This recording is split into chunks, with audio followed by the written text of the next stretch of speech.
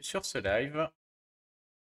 Bon, aujourd'hui, pas trop dispo, hein, la période fiscale a commencé, donc moi j'ai pas mal de boulot, notamment pas mal de commentaires, hein. Donc moi je vais répondre aux commentaires en direct. Et voilà, s'il y en a qui ont des questions, qui ont des choses à dire, au moins voilà, je suis en direct, ceux qui veulent, et je peux répondre à tout le monde. Vérifier que le chat marche.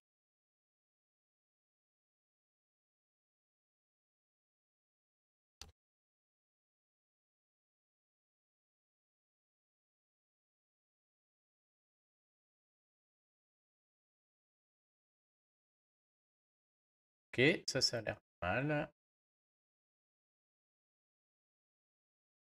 Et donc, je vais aller chercher mes commentaires. Je vais quand même afficher l'écran, hein, bien sûr. Mais je crois que voilà, quand la période fiscale commence, hein, mécaniquement, tout le monde commence à s'intéresser aux impôts.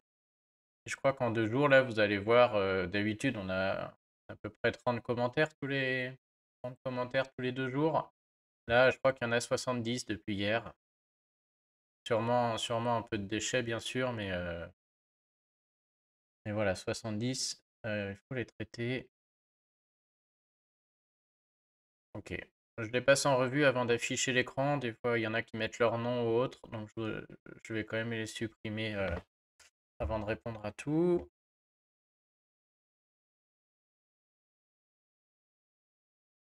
Tac, tac. Tout ça, ça a l'air pas mal. Ah, voilà, là, il y en a un qui a mis carrément son adresse mail. Bon, ouais, 68 commentaires ce matin. Après, il y en a une bonne partie pour l'instant, c'est à propos du formulaire papier. Il y en a beaucoup qui essayent de déclarer encore papier et qui ont des questions là-dessus.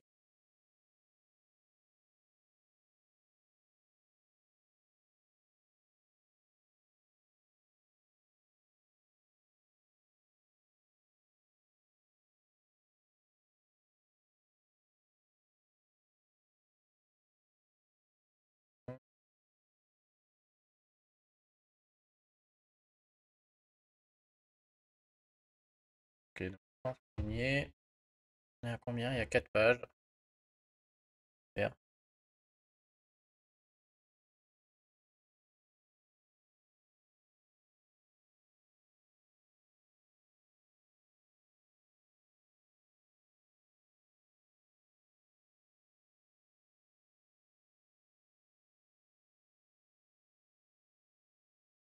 Ça a l'air pas mal.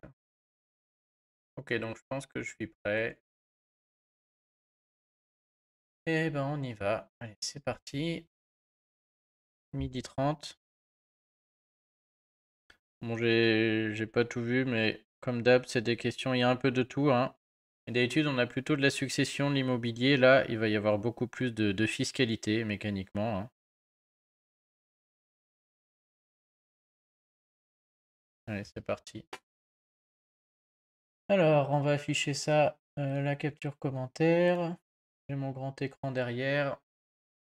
S'il y a besoin de faire une recherche à un moment ou à un autre, sait-on jamais.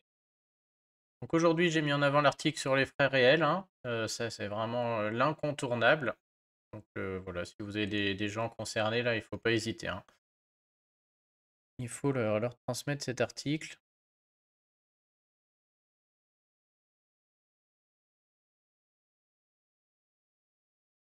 Alors, c'est parti. Donc,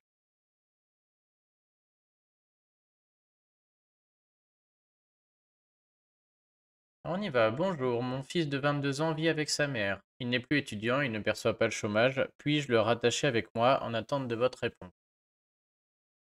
Il me semble que non. Je crois que dans l'article, quand on ne fait plus d'études, c'est 21 ans, hein. On va aller vérifier. C'est l'article sur l'enfant majeur. J'ose espérer qu'il a écrit là-dedans. Normalement, ouais, voilà, hein. Il faut que l'enfant ait moins de 21 ans au 1er janvier de l'année de déclaration. Alors, ça dépend s'il a eu 22 ans cette année ou pas, ou l'an passé, mais bon, qui est moins de 21 ans au 1er janvier de l'année de la déclaration. Bon, j'avais mis tout ça, hein, toutes les réponses, hein.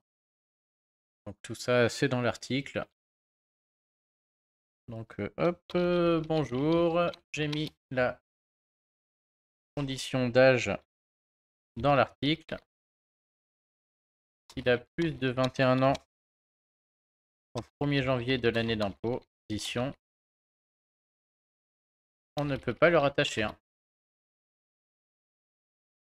Il y a des exemples chiffrés dans l'article, si jamais le 21 ans au 1er janvier de l'année d'imposition ne vous parle pas, j'ai mis des exemples chiffrés avec les dates de naissance des enfants. Bah, sur les frais réels, Isabelle. Si je peux zoomer un peu ou si tout le monde voit bien là, peut-être mieux comme ça. Bonjour, merci pour votre article clair, net et concis. C'est la première fois que je vais opter pour les frais réels. Donc, très bonne idée. Concernant les frais de repas, je travaille à 10 km aller et retour avec une pause d'1 heure. Pas de cantine, pas de ticket resto, je prends mon panier repas. Puis-je déduire les 4,95 €? Donc là, bah, je pense que oui, on rentre dans les conditions que j'ai données, hein. À savoir, voilà, ne pas avoir de ticket resto, ne pas avoir de cantine. Donc après, bah, soit on va au vrai restaurant et il y a une règle que j'ai donnée dans l'article, soit c'est 4,95 € par jour travaillé. Je vois pas pourquoi il y a besoin d'une attestation, ça me semble ok. Concernant les frais kilomètres, quelle preuve apporter? Fiche de route Mappy, carte grise, exactement.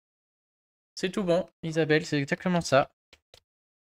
Donc vous avez tout bon. Les frais de repas, c'est ok, sans besoin de justificatif, hein. Pour les kilomètres, on regarde effectivement Mappy ou Google Maps et on conserve une copie de la carte grise. On arrivera de toute manière toujours à la retrouver, hein,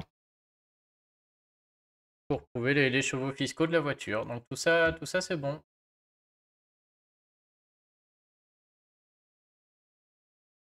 Alors, bonjour, en prévision de la nouvelle déclaration, je viens de me pencher sur les taux de passe qui nous sont prélevés. Nous avons opté pour un taux commun, car vous avez annoncé que ça revenait au même que le taux personnalisé. Exactement. Or, en faisant la simulation taux commun 9,1% et taux individualisé moins 4,4 et ma femme 12,2, je m'aperçois qu'au final, nous bénéficions d'un surplus mensuel de 160 environ. C'est impossible. Est-ce une erreur de ma part? Bah oui, du coup, c'est une erreur, c'est sûr. Est-ce que la différence se justifie? Ok. Donc non, hein, que quand vous êtes marié pacsé, que vous preniez le taux personnalisé ou le taux individualisé, au final, le foyer paiera la même chose à la source. Donc la différence là que la personne a trouvée, c'est impossible, c'est une erreur de calcul, hein. Et bien sûr, l'impôt à la source n'est qu'une avance, donc tout va être régularisé l'année d'après. Donc bonjour, vous avez dû faire une erreur, car on doit arriver au même total, que l'on prenne le taux personnalisé ou individualisé. Tout cela n'est qu'une avance, hein. C'est vraiment qu'une avance. Le taux à la source, c'est pas ça qu'il faut regarder, hein. Une avance. Vous serez remboursé lors de la régularisation de la déclaration 2023, du coup, hein. Tout ce qu'on paye en 2022, c'est pour la déclaration 2023 et revenus 2022. Xavier, c'est une question sur le Airbnb. Bonjour Thibaut, je déclare du foncier non meublé en réel. Au vu des revenus jusqu'à présent et depuis peu, je loue un studio à mon domicile en Airbnb. Comment dois-je déclarer car c'est du meublé? Loue du foncier non meublé en réel. Il n'y a pas de problème, c'est-à-dire que le meublé et le vide, c'est deux choses totalement différentes, hein. Donc le vide, il peut continuer à déclarer au réel en enlevant les charges et autres. Et le meublé au microbic, il n'y a aucun souci. Donc bonjour, le meublé et le vide sont totalement indépendants. Donc vous pouvez continuer à être au réel en vide et louer le Airbnb au micro en remplissant seulement la case 5 ND pour le Airbnb. Donc c'est ce que j'explique dans l'article, c'est que si on loue un bien Airbnb, on peut juste mettre les loyers dans la case 5ND, on aura un abattement de 50% et on sera imposé sur ce qui reste. On va subir la tranche d'impôt et les prélèvements sociaux sur ce qui reste. Renaud, celui-là, je l'avais validé. Sur le crédit d'impôt pour abonnement à la presse, il nous donnait une précision comme quoi Que Choisir ou 60 millions de consommateurs n'étaient pas concernés. C'est vrai, c'est bien dommage. Donc merci Renaud pour la précision. Une question sur les apprentis. Bonjour, ma fille est en apprentissage depuis septembre 2020. Elle est mineure, elle aura sa majorité en 2022. Elle n'est pas émancipée, elle a touché 6400. Est-ce qu'elle peut faire sa déclaration d'impôt seule? Si oui, est-ce que nous pouvons lui verser une pension alimentaire comme pour un enfant majeur, soit 6042? Donc non, ça c'est pour l'enfant majeur et de toute manière, c'est peut-être mieux de la rattacher, hein. Bonjour. Ici, il faudra la rattacher et appliquer l'abattement pour ne pas subir l'impôt sur ses revenus. À vérifier, hein, mais il me semble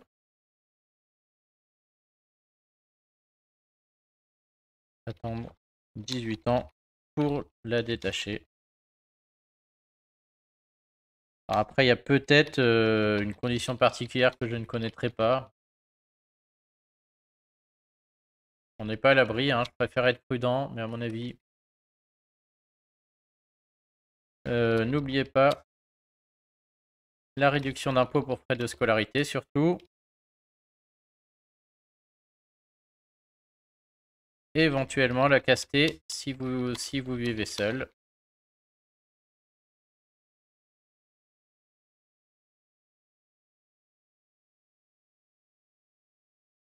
Le Pinel, Nabil. Bonjour Thibaut, félicitations pour ton site et tes interviews, merci. J'ai une question auquel je ne trouve nulle part la réponse. Je souhaite acheter un PC, permis de construire j'imagine, pour la gestion des appartements. Est-ce que je peux déduire l'achat d'un PC sur les revenus fonciers du Pinel?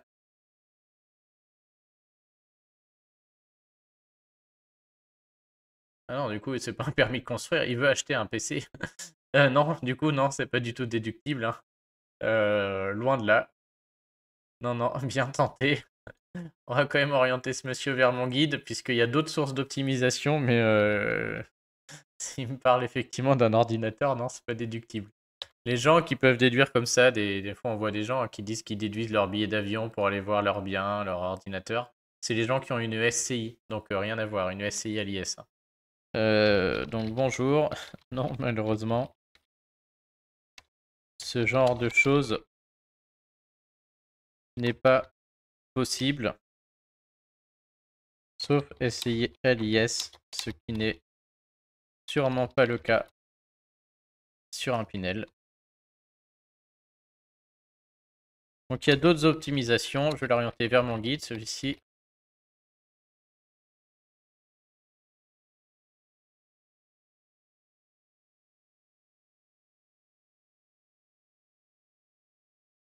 Ok. Christine qui nous dit merci. Écoute, de rien, je sais pas trop pourquoi. Alors, sur le téléchargement des fichiers, je n'arrive pas sur mon site professionnel des impôts à trouver l'imprimé pour faire ma déclaration de SCI. Ben alors là, je vois pas comment je peux aider parce que les déclarations de SCI sont en ligne, elles. Ah, ou c'est que c'est pas encore en ligne. Les dates limites, c'est quoi déjà? C'est tout début mai. Date de mise en ligne. Déclaration SCI, donc la 2072. Non mais si, j'ai vu des commentaires, il y en a. Ah bah je tombe sur mon propre article. J'ai oublié. Pas de chance. Le formulaire doit être envoyé avant le 3 mai et en ligne avant le 18 mai.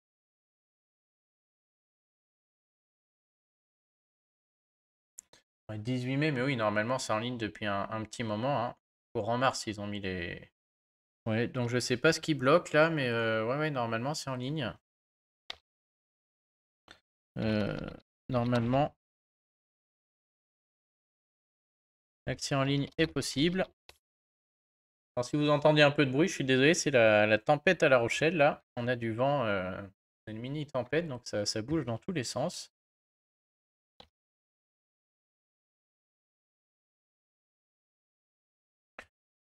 Quand c'est comme ça, on peut peut-être appeler les impôts ou écrire en ligne, mais bon, dans cette période, il y a quand même peu de chances d'avoir une réponse rapide.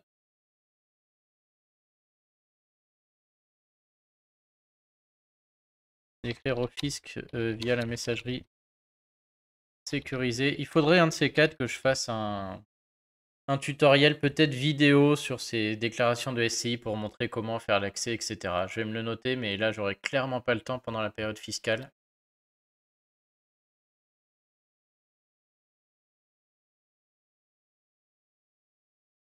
Au pire du pire, sinon, au pire du pire, vous imprimez tout papier et l'envoyez en recommandé. Alors normalement, les déclarations de SCI, là, vraiment, c'est en ligne, hein.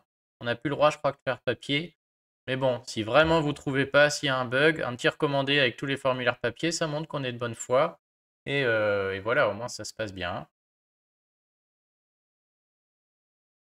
Alors, encore une soixantaine quand même, je suis pas au bout de mes peines. SCI Star, ah bah voilà, quand il y a des doublons, je gagne du temps. Alors Claude, bonjour, elle a même deux questions. Ah, et bonjour, oh là là, comment tu veux que je prononce ça? Bonjour Taz, je vais t'appeler Taz, hein, ce sera plus facile. Bonjour, où est-ce qu'on peut trouver les formulaires de déclaration 2022? Alors, du coup, aujourd'hui, Taz, ben, on va les regarder ensemble. Donc, deux écoles. Si c'est le formulaire papier que tu cherches, c'est simple, il n'existe pas encore. C'est-à-dire que ce que fait le fisc chaque année, j'avais expliqué dans une précédente vidéo, voilà, il ne l'a pas encore mis. On a les millésimes de l'an passé, mais on n'a pas les nouveaux. Ils font ça de plus en plus tard. Chaque année, ils le mettent de plus en plus tard, hein. Ils attendent, quoi. Et donc, on peut regarder tous les sites. Tu ne le trouveras de nulle part. Ils ne l'ont pas mis en ligne. Par contre, moi, j'en ai mis un. Donc, si tu vas jusqu'à mon site, là, sur Corrige ton impôt, on n'a pas encore le formulaire, mais on a ce qu'on appelle le spécimen. Et donc, sur mon site, tu peux aller télécharger le spécimen et voir là, voilà, à quoi il va ressembler là. On le voit parce que c'est déclaration des revenus 2021. Alors, il y en a qui sont pressés, qui impriment le spécimen, qui le remplissent et qui l'envoient comme ça. Je ne sais pas si ça passe. Jusqu'à présent, voilà, ça peut passer. Ah, ok, tu l'avais vu, oui. Aujourd'hui, on n'a que ça. Et pour te donner une idée, l'an dernier, le vrai formulaire, ils l'ont donné que genre le 1er mai ou le 8 mai. C'était affreux, quoi. Ils attendent. Donc je pense qu'ils le font exprès pour que les gens soient obligés, entre guillemets, de déclarer en ligne. Donc moi, je sais que des gens ont pris ce Cerfala l'an passé, l'ont rempli, l'ont envoyé. J'ai pas eu de retour, donc je pense que ça s'est bien passé pour eux. Pour autant, moi, je te conseillerais d'attendre, du coup. Et je peux dire, je regarde tous les jours, hein. Je me lève chaque matin. Première chose que je regarde, c'est est-ce qu'on a le formulaire. Donc sur mon article, là, le jour où le formulaire sort, et ben, en cliquant là, ce sera plus le spécimen, ce sera le vrai formulaire. Mais aujourd'hui, on ne l'a pas, hein. Donc l'an dernier, je crois que c'était ouais, tout début mai. Là, j'ose espérer. Bah ouais, désolé. On peut pas faire mieux là à ce niveau. Ma main a coupé qu'ils le font exprès, hein. Franchement, c'est juste pour que les gens aillent déclarer en ligne. Mais bon, moi je mets le spécimen, ça va leur... Ils vont recevoir plein de spécimens, je sais pas ce qu'ils vont en penser. Jusqu'à présent, j'ai pas eu de problème, donc je le laisse. Mais pour t'éviter de faire deux fois le boulot, moi je conseillerais d'attendre, ouais. Bon bah j'espère que ça t'a aidé, n'hésite pas s'il y a une autre question. Alors la décote. Claude, deux questions. Comment arrive-t-on à calculer le nombre de 1307? Le calcul de la décote est 1307 x 45,25 x 1000 égale 854, ou le nombre de 790. Ok, bon alors là ça va mériter un peu d'explication, mais on va aller faire le détail. Question de... Eh bonjour Youssef, toujours là, comment ça va? Ah bah c'est sympa dis donc, à moins que ce soit un autre Youssef, mais il me semble qu'on s'est vu hier. C'est très sympa de revenir chaque jour. Eh bah avec plaisir Taz, content de t'avoir aidé, n'hésite pas à en parler autour de toi. Alors, comment on trouve le chiffre? Ah ok. Donc la décote, je vous explique rapidement. Les gens en France qui ne payent pas beaucoup d'impôts, on va dire, c'est les célibataires qui payent moins que 1700 d'impôts ou les couples mariés qui payent moins que 2888. Ils ont une décote qui se calcule toute seule. Ils ont un cadeau fiscal en plus. Et donc je trouve ça très bien. Et donc, si j'ai 1 500 € d'impôts à payer, bah, comme je suis en dessous de 1 700, je ne vais pas payer 1 500, je vais payer encore moins parce qu'on va me donner une décote. Et le calcul de la décote, il se calcule voilà, avec ce calcul suivant. On fait 790 moins 45,25 de l'impôt et 1307 moins 45,25% de l'impôt. Et donc, la personne se demande comment sont calculés le 790 et le 1307. Bah, c'est le texte qui est comme ça. Hein. C'est chaque année, voilà, le fisc décide du calcul de la décote. Et donc, pour voir le calcul de la décote, il faut chercher le texte officiel. C'est ce qu'on appelle des BOFIP. Donc, vous tapez BOFIP, Bulletin officiel des finances publiques, et décote. Et vous allez tomber sur le texte officiel. Donc là, voilà, on arrive sur le BOFIP, ça ressemble à ça. Ça, c'est le texte en vigueur pour la décote. Et c'est là-dedans qu'on y apprend comment les déterminer, comment les calculer. Donc il y aura l'explication sur 1307 et là-dedans, voilà, c'est 75%, 3 quarts de je sais plus quoi, de 1990. Donc c'est à l'alinéa 40. Donc là, voilà. Question un peu technique, mais bon, il est curieux. Toujours le même Youssef. Eh ben écoute, ravi de te revoir, c'est vraiment sympa de repasser. Bonjour. Donc ce calcul de la décote est décidé par le gouvernement chaque année. Le texte officiel est ici avec le détail de ce calcul à l'alinéa 40. Des côtés, hein, la décote. Hop. Alors, bueno, petite question sur l'exonération de taxes foncières. Bonjour, merci pour le partage. La pension d'invalidité donne-t-elle droit à cette exonération? J'ai mis dans l'article toutes les exonérations possibles de taxes foncières. Et donc, si c'est pas dedans, c'est que c'est pas le cas. Hein. Malheureusement, je crois que la pension d'invalidité seule ne suffit pas. Il faut en plus la condition d'âge ou de ressources que je mets dans l'article. Bonjour. À elle seule, elle ne suffit pas. Il faut en plus la condition d'âge et de ressources que je donne dans l'article. Et attention, bien sûr, aujourd'hui je suis de bonne humeur, je vais faire travailler un peu plus. Si jamais monsieur n'est pas au courant, il y a une case au moment de la déclaration d'impôt pour les personnes qui ont une pension d'invalidité. Donc celle-là, il faudra la remplir. Elle est où? Elle est là. Demi-part pour invalidité. Donc à défaut de ne pas être exonéré de taxes foncières, au moins celui-là, il pourra payer un peu moins d'impôts.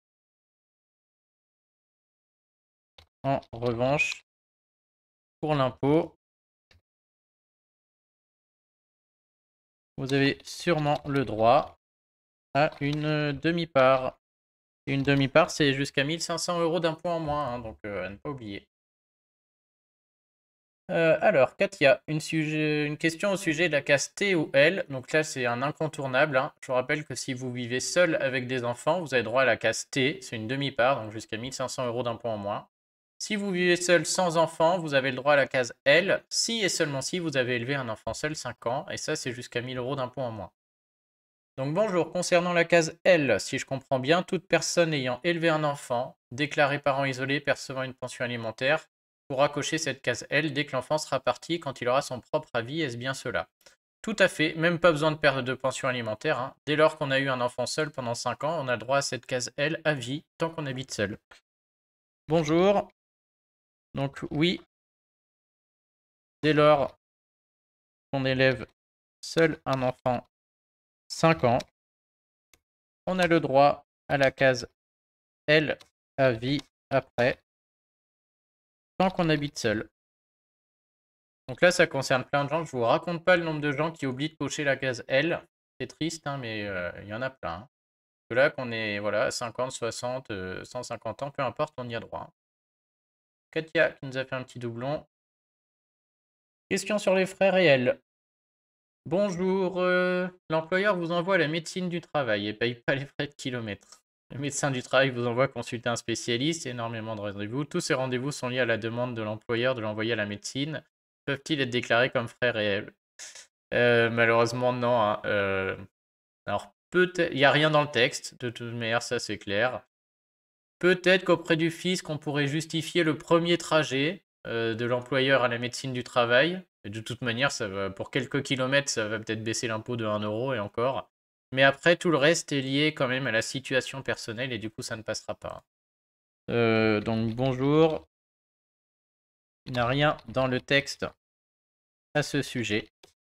Peut-être que le fisc accepterait le premier trajet, on va dire travail, médecine du travail. Mais c'est tout, car après, cela relève de la situation personnelle.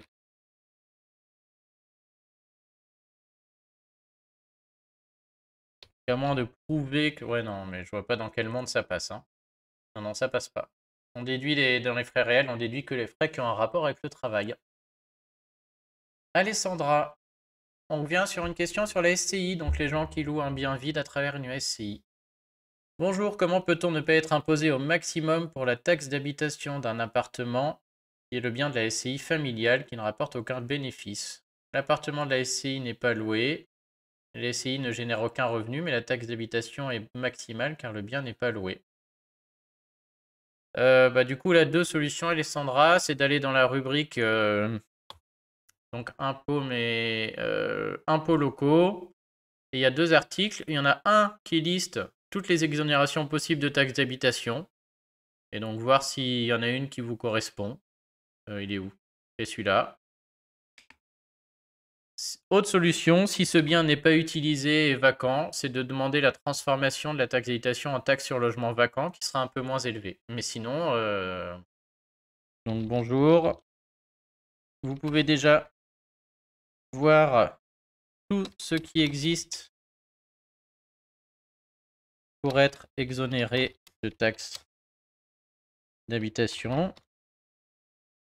Sinon, il faut la payer, sauf si le bien est vacant, auquel cas vous pouvez demander à payer une taxe sur logement vacant qui sera un peu plus faible du coup. Hein.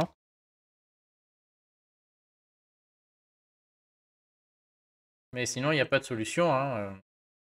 On possède un bien qu'on garde pour résidence secondaire ou autre, on paye une taxe d'habitation dessus.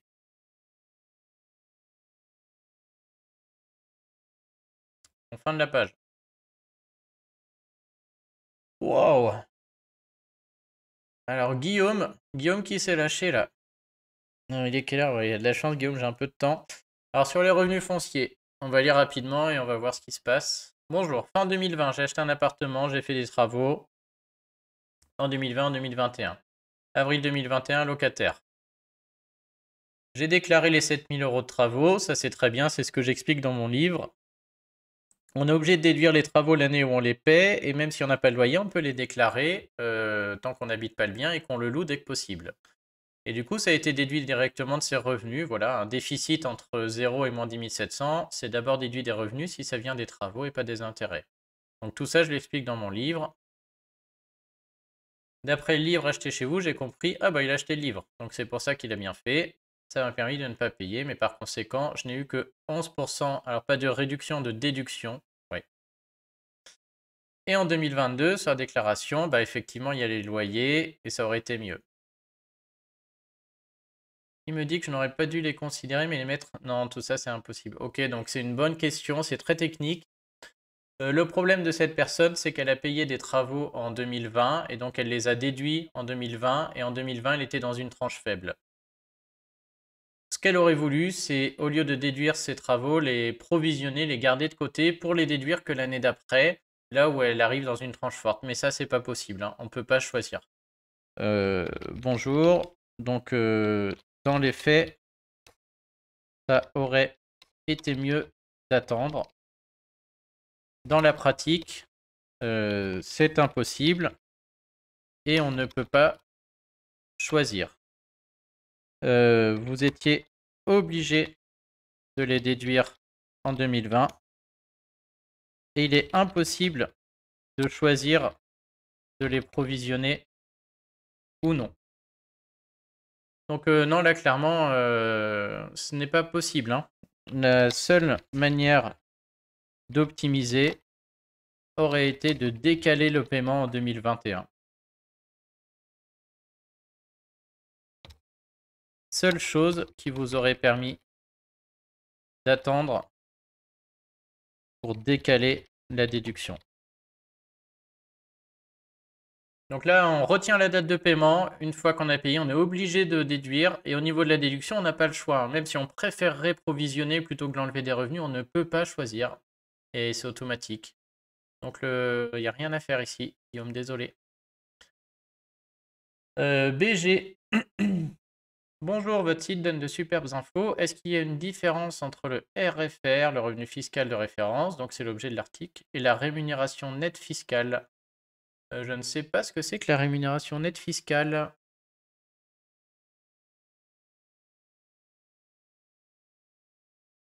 Hop, et après je m'occupe de la question de Youssef, bien entendu.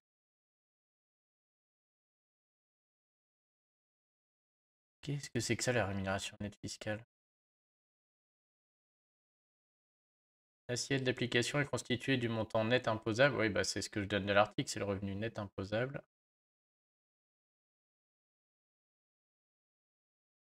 En fait, c'est une autre appellation du revenu net imposable, j'ai envie de voir, j'ai envie de penser. Ah, il y a quand même une différence. Ah non, c'est quelque chose qu'on a au niveau du salaire. Ok. Donc c'est encore différent. Donc bonjour. Oui, ces chiffres peuvent être différents. Donc moi en fiscalité, la seule chose qui on va dire les chiffres importants sont le revenu fiscal de référence et le revenu net imposable. C'est l'objet de l'article. Je ne traite jamais le RMF qui lui est utile pour les bulletins de salaire, je pense. Moi, ça m'a jamais servi là. En 10 ans de fiscalité, j'avoue que c'est la première fois que j'entends parler de rémunération nette fiscale. Donc là, s'il y a un expert comptable qui passe ou un expert sur les salaires qui peut peut-être l'orienter un peu plus, moi, je peux pas faire mieux. Alors, Youssef, je suis en micro-entreprise avec impôt libératoire depuis 2019. En 2020, mon revenu fiscal dépasse le plafond pour l'impôt libératoire. J'ai oublié de le modifier et de passer en impôt réel en 2022, mais j'ai eu un enfant. Puis-je rester dans cette situation? Il faut prévenir l'URSSAF et les impôts. Alors bah déjà Youssef, deux choses. Jeudi 14 avril, il va y avoir un live avec le site Portail Auto-Entrepreneur. C'est un premier live pour les micro-entreprises où je vais expliquer plein de situations. Et suite à ce live, j'en ferai un deuxième exactement pour cette question, c'est-à-dire est-ce que je prends PFL ou IRPP, comment je fais pour changer, etc. Donc je vais te répondre quand même, mais à mon avis, le deuxième live, il sera vraiment, il te sera très utile pour bien tout comprendre. Là, clairement, est-ce qu'il faut modifier? Oui. C'est-à-dire tu peux ne rien modifier, mais tu as un risque de redressement fiscal pendant 3 ans. C'est-à-dire qu'à tout moment, les impôts peuvent venir et disent hop hop hop, l'impôt libératoire pour 2022 n'était pas possible. Et donc correction, quoi, hein. Donc tu peux faire le choix de faire l'autruche, on va dire, mais tu sais qu'il y a ce risque de redressement qui traîne. Et des redressements, j'en vois beaucoup, hein. C'est-à-dire que le fisc, il a le revenu fiscal, il sait que tu es au PFL ou pas avec la case, et du coup, j'en vois pas mal des comme ça, hein. Donc voilà, moi je tenterai pas le diable, mais après chacun fait ce qu'il veut, hein. Donc moi je le modifierai. Par contre, au niveau modif, je suis en train de voir, ça veut dire qu'aujourd'hui tu es toujours au prélèvement libératoire. Donc il y a deux écoles. Comment dire, s'il n'y a qu'une année où tu n'avais pas le droit au prélèvement libératoire, ça peut se corriger sur la déclaration d'impôt et tu restes comme ça pour les années suivantes. Et dans ce cas, il n'y a pas de souci. Je vais essayer d'être précis. Alors attends, en 2020, le revenu fiscal, il dépasse sur l'avis d'impôt 2021 des revenus 2020 ou sur l'autre, sur le 2020 des revenus 2019? Je suppose que c'est le 2021 des revenus 2020 du coup. Ouais, j'ai besoin de savoir c'est quel avis d'impôt où le RFR n'est pas bon. Si c'est 2021 sur les revenus 2020 ou 2020 sur les revenus 2019.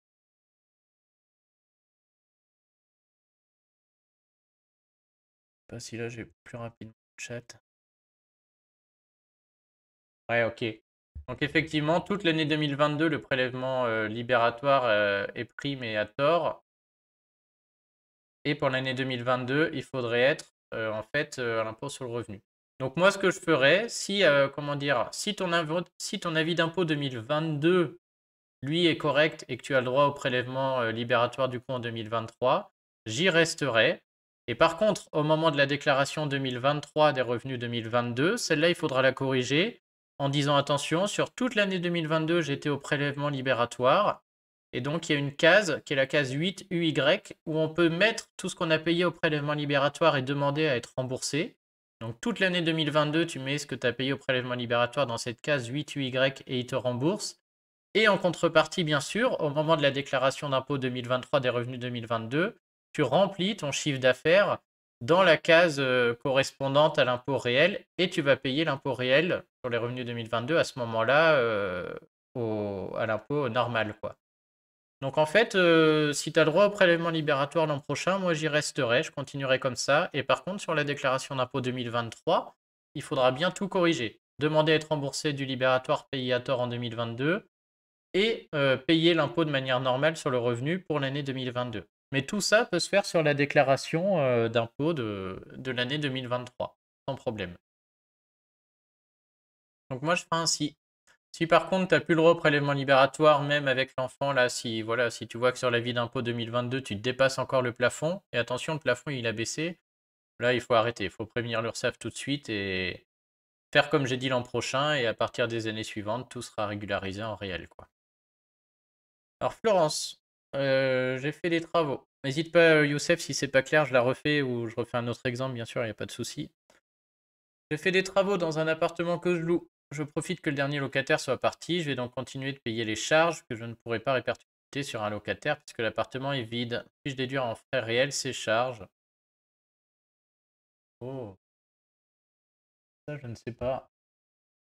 Je vois pas quelle charge parce que... Bah oui, mais non, du coup. C'est-à-dire l'eau et l'électricité, mais c'est pour faire les travaux, c'est pas parce qu'il y a un locataire. À mon avis, non.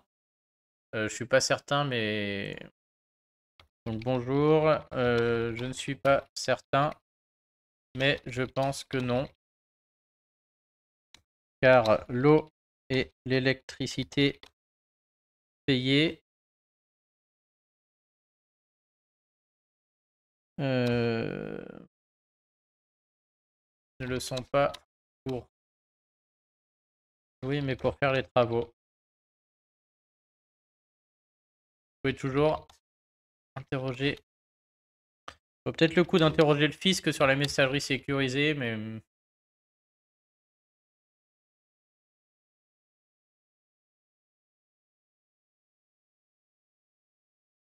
Mais là, j'y crois pas trop, moi. Ouais, à mon avis, j'y crois pas, là.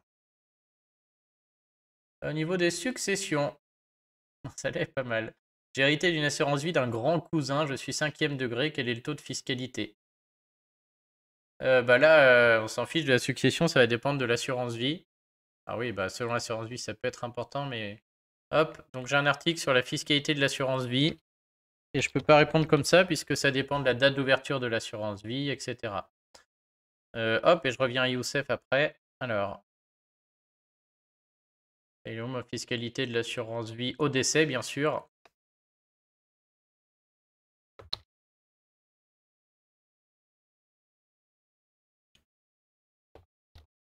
Bonjour, la fiscalité de l'assurance vie est différente.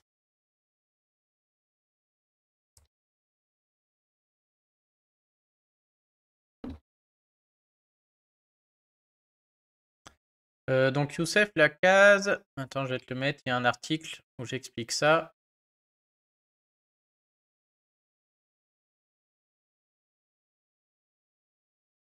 Pam, pam, pam.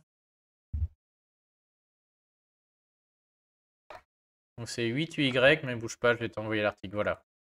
C'est dans cet article où j'explique les conditions du prélèvement libératoire et je crois que j'explique exactement ton cas, c'est-à-dire comment faire quand on s'est gouré.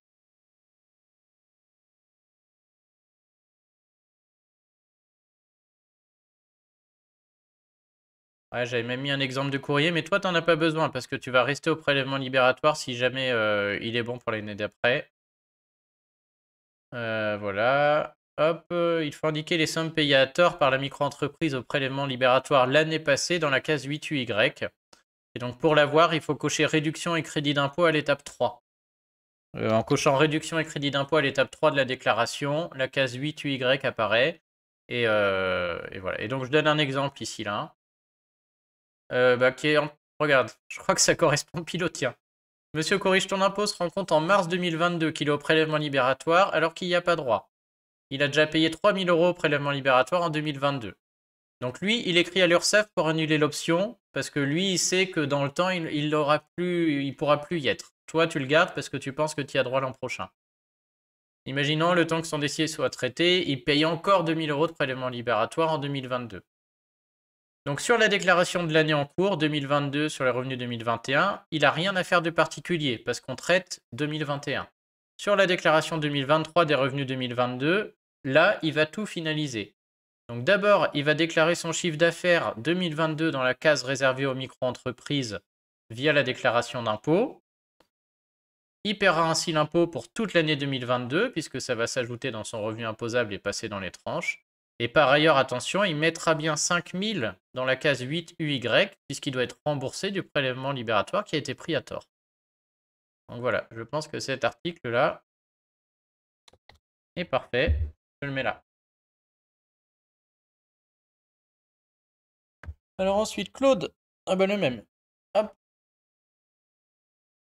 Jessie, bonjour, je ne retrouve pas comme chaque année votre simulateur de calcul de l'impôt sur Excel. Je trouve hyper pratique. C'est vrai que du coup, je ne l'ai pas fait cette année pour la simple et bonne raison que j'ai fait un simulateur en ligne.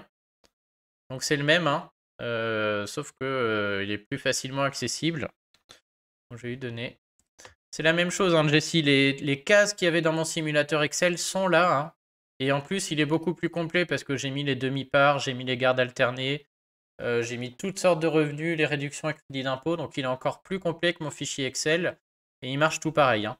Donc voilà, j'ai un simulateur qui est là. Hop. Et maintenant, c'est mieux de passer par le simulateur. Bonjour. Cette année, je l'ai fait en ligne, mais il fonctionne exactement pareil et est plus complet.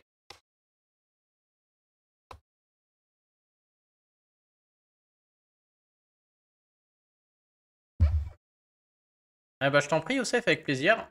Merci d'être là. Un peu plus de détails sur quand on sera vraiment à fond sur les micro-entreprises. Mais c'est un classique, hein. Et moi, je conseille de corriger parce qu'il y a beaucoup de redressement là-dessus. Ça vaut le coup d'y regarder. Henri, sur les cryptos. Je vais essayer de faire aussi un live sur les cryptos là parce que les questions là-dessus, il y en a vraiment beaucoup. On peut. Bonjour, ma question va sur un ancien portefeuille que j'ai récupéré sur le Bitcoin Core. J'ai réussi à fermer ce portefeuille l'année dernière, transférant ces bitcoins sur un portefeuille normal l'an dernier. Je dois déclarer ces Satoshi gagnés déjà plusieurs années, mais jamais utilisés que jusqu'à 2021. Rien compris. Parce que j'ai lu un autre article que tous les bitcoins gardés dans ce portefeuille sont exonérés d'impôts dû à l'impossibilité de démontrer son origine, ou faut-il le déclarer quand même?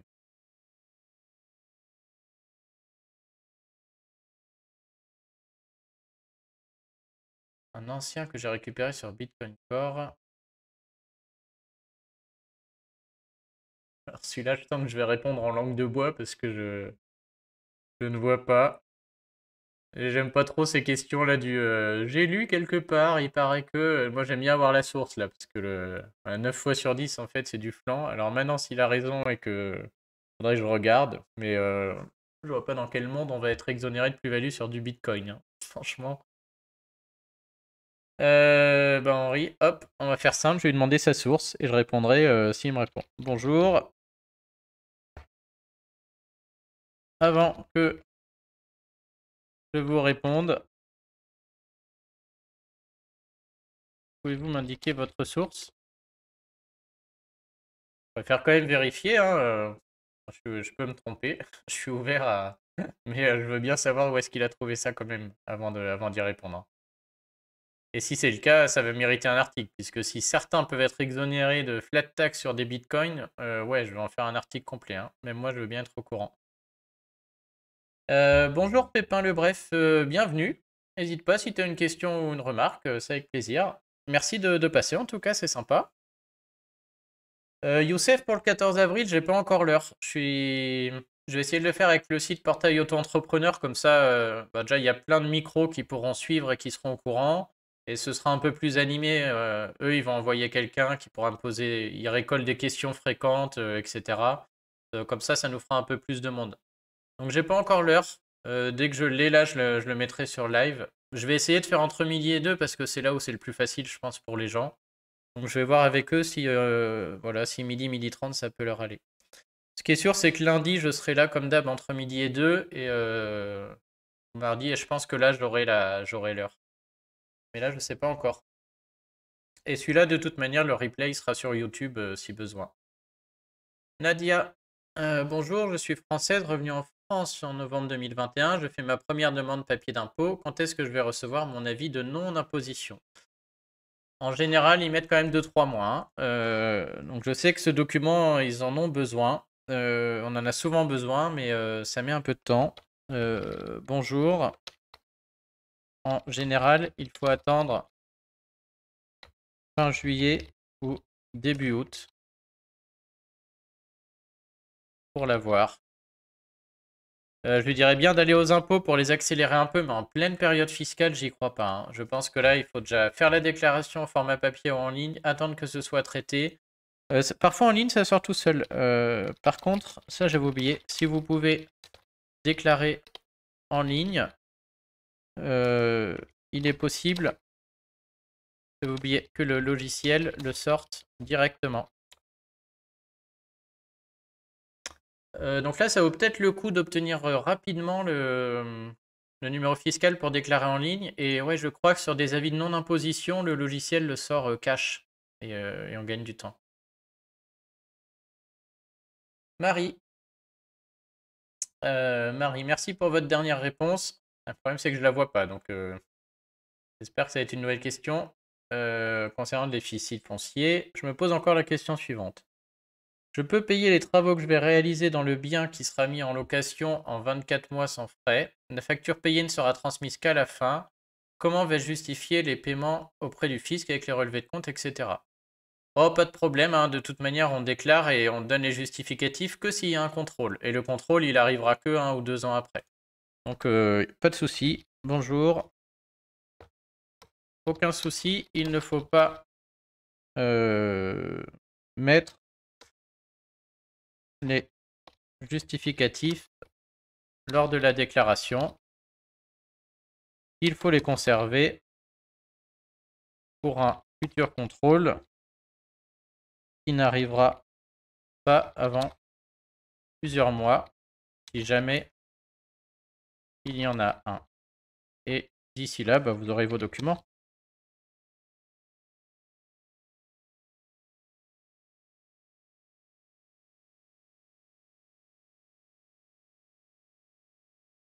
Giroud. Giroud. Bonjour, depuis ce matin, j'ai voulu me connecter à mon site particulier avec mon numéro fiscal et on m'a dit que mon code secret n'était pas bon. J'ai donc demandé pour réinitialiser mon mot de passe et malgré des dizaines de tentatives en respectant les consignes, on me dit que ce n'est pas bon et je ne peux pas accéder à mon site pour faire ma déclaration. Ouais, malheureusement, là, qu'est-ce que je peux faire? Bah, soit il faut les contacter, ce qui est le sujet de cet article, soit j'ai un article sur le numéro de fiscal perdu, mais je crois que là, c'est quand même pas le sujet. Quand même lui envoyer.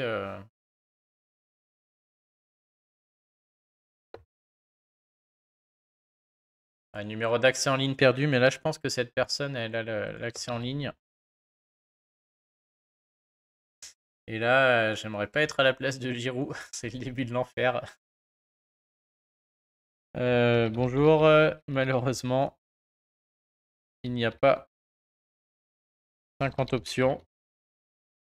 soit vous avez la réponse dans mon article sur le numéro fiscal perdu, soit c'est l'enfer, soit il faut les appeler.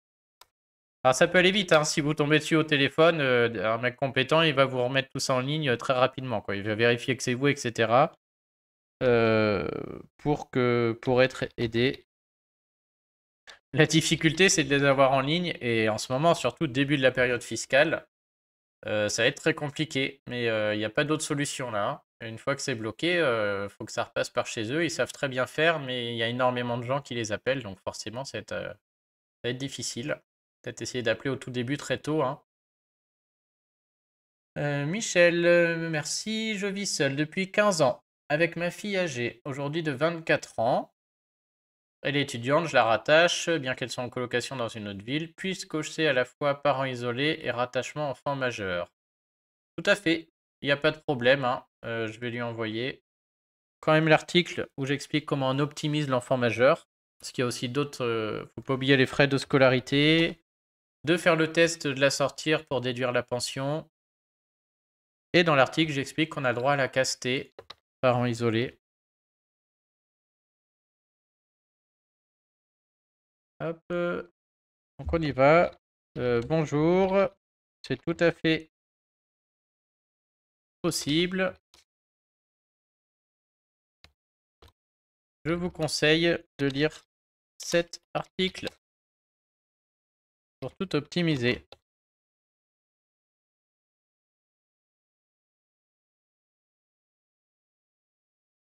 Alors Christiane, j'ai 75 ans passés, vis seule et ne paie pas d'impôts, puis-je être exonéré de taxes foncières?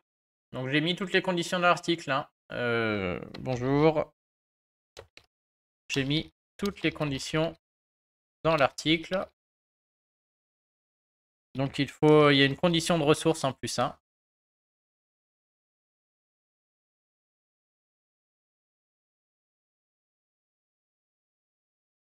Donc 2 écoles, soit vous respectez la condition de ressources en plus que je donne dans l'article, qui est un peu plus haute une fois qu'on a 75 ans passés, soit il y a la 4e astuce de l'article où on envoie un courrier au fisc en espérant une remise gracieuse. Remise qui est accordée une fois sur deux quand même en France, donc ça vaut le coup d'essayer, hein. Alors, j'ai dérivé. Qu'est-ce qui se passe ensuite? Chris, c'est la même. Juan, faut-il faire la demande de l'exemption de taxes foncières? Donc bah voilà, la demande dont je parlais là, c'est en France, on a le droit, quand on veut, hein, on peut écrire au fisc pour dire que pour l'impôt sur le revenu, la taxe foncière ou taxe d'habitation, on n'arrive pas à la payer. Et voilà, on fait un courrier, on explique pourquoi on n'arrive pas à la payer. Ça peut être n'importe quoi, hein. J'ai perdu mon boulot, j'ai une grosse dépense parce que ceci, parce que cela, j'y arrive pas. Et le fisc accepte ou non comme il a envie. Donc voilà, c'est des demandes qu'on peut faire comme ça, une demande de remise gracieuse. Et on se rend compte au final, quand on regarde les chiffres, qu'il y en a une sur deux qui est acceptée quand même chaque année, hein. Donc je ne sais plus combien ils reçoivent de milliers, de centaines de milliers de demandes, je crois que c'est même en millions. Et il y en a une sur deux qui passe. Des fois partielle, des fois totale. Donc bien sûr, si vous gagnez 4 000 € par mois et que vous avez un patrimoine, c'est pas la peine, hein. Ils regardent de tout, hein. Mais si vous êtes vraiment dans le besoin, ça peut passer, mais il faut faire la demande. Donc bonjour. Cela ne coûte rien de demander. Il faut toujours essayer.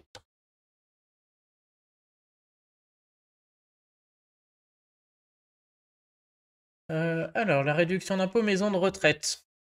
Ah bah ça aussi, une belle réduction, c'est important de la connaître. Donc, les gens qui sont en maison de retraite, ils peuvent avoir une réduction d'impôt. Il faut absolument remplir la case où on met ce qu'on paye à la maison de retraite. J'ai mis les conditions de l'article, mais il n'y en a pas beaucoup, hein. Tous ceux qui sont en maison de retraite, quasiment, sont concernés, dès lors qu'il y a des soins qui sont faits dedans. Peut-on déclarer dans les frais liés aux dépenses en maison de retraite la caution payée lors de l'entrée pour l'établissement? Certes, cette somme sera restituée à la fin du séjour, mais en attendant, ils ont été payés. Voilà, je suis sûr que non, quasiment. Alors déjà, de base, j'aurais dit non, mais si en plus c'est restitué, on va aller regarder le texte quand même. Et alors là, moi j'y crois pas un instant, hein. On va mettre comme ça. Donc là, c'est l'article où j'explique les conditions, comment trouver la case.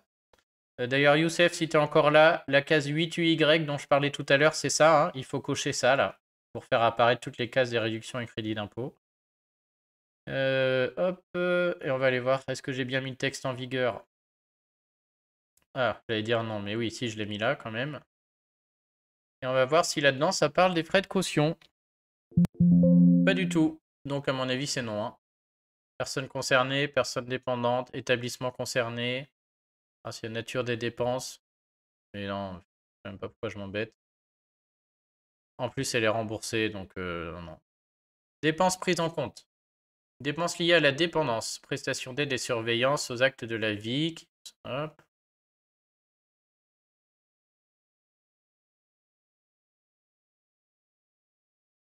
Donc les frais journaliers de restauration, d'entretien et d'animation sont retenus. Donc voilà, tout ce qu'on paie à la maison de retraite en fait, hein. Les dépenses de transport, quand elles sont supportées par les personnes dépendantes, sont également retenues. Ok. Dépenses liées à l'hébergement. Tarif journalier. Dépenses, ça marche pas. Dépenses effectivement supportées. C'est uniquement les sommes payées par la personne âgée qui rentrent dans la réduction d'impôt. On enlève les allocations, les aides versées, bien entendu. Dépenses non prises en compte. Et un plafond de 10 000. Donc non, ça passe pas, hein. Mais je suis pas surpris. Bonjour. Le texte ne mentionne rien à ce sujet. Donc pour moi, ce n'est pas possible, hein. Qui plus est, si la somme est remboursable, cela renforce l'impossibilité. Voilà, je mets 2 déductions, mais c'est d'inclusion dans la réduction, si on veut être précis. Pas pareil une déduction qu'une réduction. Donc c'est dommage parce que j'imagine que comme elle est rentrée en octobre, elle n'est pas au plafond de 10 000 et ça aurait été bien d'ajouter ces 3 000. Mais là, non, clairement, pour moi, il y a un risque de redressement, là, ça passera pas.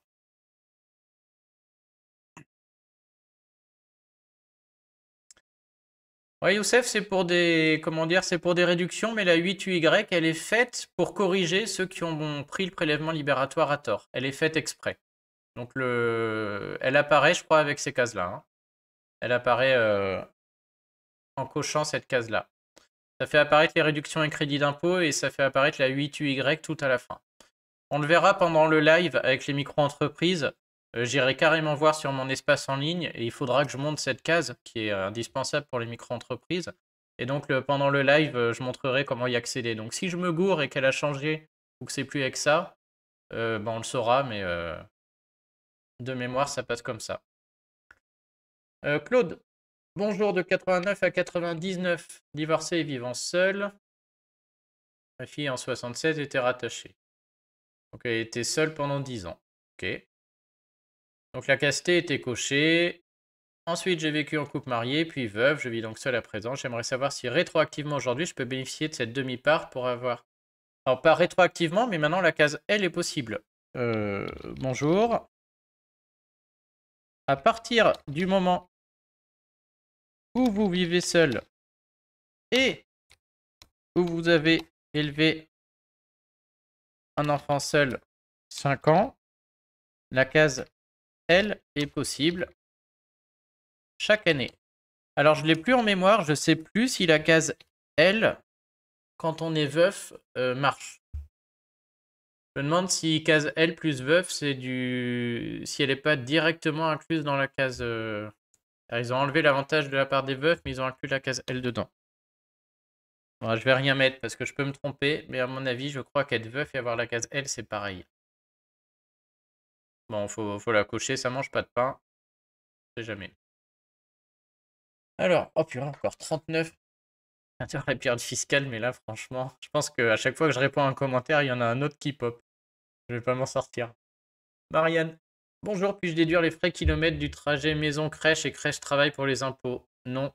Et les frais de repas pour la crèche que nous fournissons? Non plus. C'est vraiment les frais kilométriques, là, Ah non, je pensais qu'elle parlait dans les frais réels, mais elle parle pour les crédits d'impôt pour frais de garde. Bah, les frais de repas, je l'inclus, j'en parle dans l'article, il me semble. Les frais de trajet, non. Nous aimons nous paxer. Mon conjoint travaille au Luxembourg et moi en France. J'aimerais savoir comment calculer les impôts que nous allons payer. C'est très très compliqué. Alors, j'ai beaucoup de questions. Bonjour. Donc pour les trajets,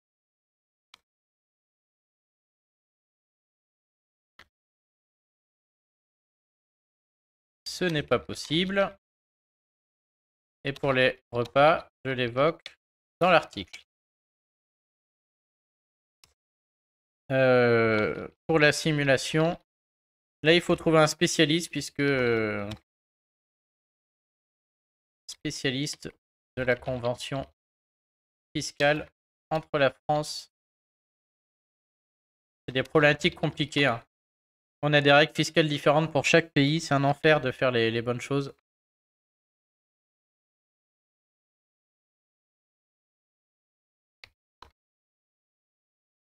Même moi, là, je m'y risquerais pas, hein, faire des simulations là-dessus. Là, franchement, là, moi, je passe mon tour, hein. Et je connais personne, hein, qui sait faire ça correctement. Il y a sûrement des spécialistes, hein, mais le problème, c'est que comme chaque pays, c'est différent. Il faut un spécialiste, sûrement un avocat fiscaliste spécialisé France-Luxembourg. Et il y en a d'autres spécialisés France-Suisse, France-Espagne, etc. Et du coup, c'est toujours très cher. Ça nécessite une expertise incroyable, hein. Alors, la clause bénéficiaire de l'assurance vie. Bonjour, mon épouse et moi sommes désignés comme monsieur et madame bénéficiaires d'une assurance vie. En étant mariés, comptons-nous pour un ou deux bénéficiaires au niveau des abattements? En est-il de même comme légataire universel désigné par testament? Bah, à mon sens, oui, quand même. Faudrait quand même voir comment est rédigée la clause bénéficiaire, mais on peut pas le considérer comme un tout non plus, hein. Alors, si c'est après 70 ans, la question se pose pas, parce qu'il n'y a qu'un abattement unique pour tous les bénéficiaires. Bonjour. À mon sens, oui. Ouais, c'est tout le couple. Mais il faudrait quand même voir la rédaction spécifique de la clause bénéficiaire et vérifier son interprétation avec un notaire. Je préfère quand même l'orienter vers un notaire parce qu'on a des surprises, hein, sur les clauses bénéficiaires. Selon la rédaction, on voit vraiment tout et n'importe quoi. Et du coup, je serais même pas surpris que peut-être dans certaines rédactions, on puisse considérer le couple comme un seul bénéficiaire. Je sais pas. Ou considérer que c'est qu'un des deux membres du couple en vrai qui va l'avoir et qu'un seul abattement. Ça vaut le coup d'aller voir un notaire là parce qu'on peut avoir des surprises, hein, sur les clauses bénéficiaires, si c'est mal rédigé ou autre. Bon allez, faut que j'avance parce que sinon je vais jamais manger moi. Cathy, bonjour, je viens de changer la salle de bain, les aimants de la cuisine, plaque cuisson haute, évier mitigeur. Puis-je l'inclure dans ma déclaration? Je fais ma déclaration en micro foncier. Bah non, bonjour. Non, en micro, on ne peut rien déduire. Donc là, je vous conseille d'aller lire mon livre, de lire mon guide pour savoir s'il ne serait pas mieux de basculer au réel. Donc dans le guide, on va vous expliquer déjà quel type de travaux vous pouvez déduire ou pas, notamment la cuisine où il y a des conditions à respecter, des cas particuliers, la notion, le fait d'y rester 3 ans, et surtout dans le livre, j'explique comment faire le calcul pour savoir si c'est mieux ou pas. Que sur cette année-là, c'est sûr que c'est mieux d'être au réel, mais on s'engage 3 ans, donc il faut voir si sur les 2 années ça compense ou pas. Mais ça vaut le coup là, hein, de regarder s'il y a des grosses dépenses de travaux, ça me paraît nécessaire. Alors bonjour, mon fils d'1 an est inscrit à la crèche depuis 2021. Donc j'ai payé gna gna gna pour la CAF. Si je comprends bien, j'aurais juste à déclarer 3 € et quelque chose. Oui, puisqu'on enlève les trucs de la case. Oui, oui, non, là c'est pas la fête, hein. On peut déclarer dans le crédit d'impôt que ce qui est réellement à charge. Et donc si la CAF prend en charge la quasi-totalité, il n'y a plus rien à déclarer. Donc oui, je suis désolé Sandy, mais ça va se passer comme ça. Donc bonjour. Malheureusement, vous avez bien compris le principe. on ne déclare que ce qu'on a eu à payer réellement après déduction des aides. Donc ouais, là, les crédits d'impôt, c'est tout le temps comme ça, hein, c'est calculé que sur ce qu'on paye réellement. Donc si on paye la crèche, mais que derrière on est remboursé par la CAF, on n'a pas de crédit d'impôt. Jean-Philippe, bonjour. Jusqu'à présent, je déclarais mes revenus sur la 2044 spéciale avec un autre bien que je déclarais sur le même formulaire, un Dorobien. Puis-je maintenant utiliser la 2044 pour la suite de ma Pinel? Effectivement, la 2044 spéciale était nécessaire pour le Dorobien, mais ne le sera plus pour le Pinel. Donc si le Dorobien est fini, oui. Et on va faire un peu de pub sur mon guide Pinel. Ça mange pas de pain. Et puis je sais que de toute manière, il va l'aider, il en sera ravi à la lecture. Bonjour. Oui, vous pouvez vous contenter de la 2044. Je vous conseille vivement mon guide Pinel pour tout optimiser. Il y a mécaniquement des centaines d'euros d'économie à la lecture du guide. Hein. C'est systématique en déclarant correctement un Pinel. Serge, bonjour, il indiquait qu'il ne faut pas dépasser un certain plafond pour pouvoir déclarer en format papier, mais je n'ai trouvé ce montant nulle part. Quelqu'un le connaît-il? C'est simplement qu'il n'y en a plus, Serge. Hein. Avant, il y avait des vrais plafonds, maintenant, il n'y en a plus. Ils disent juste que, c'est ce que je mets dans l'article, si vraiment on est dans une zone isolée ou dans l'incapacité d'utiliser Internet, voilà, le fisc se laisse la possibilité de juger au cas par cas, mais le plafond n'existe plus. Bonjour, le plafond n'existe plus aujourd'hui. La notion de papier est à l'appréciation du fisc.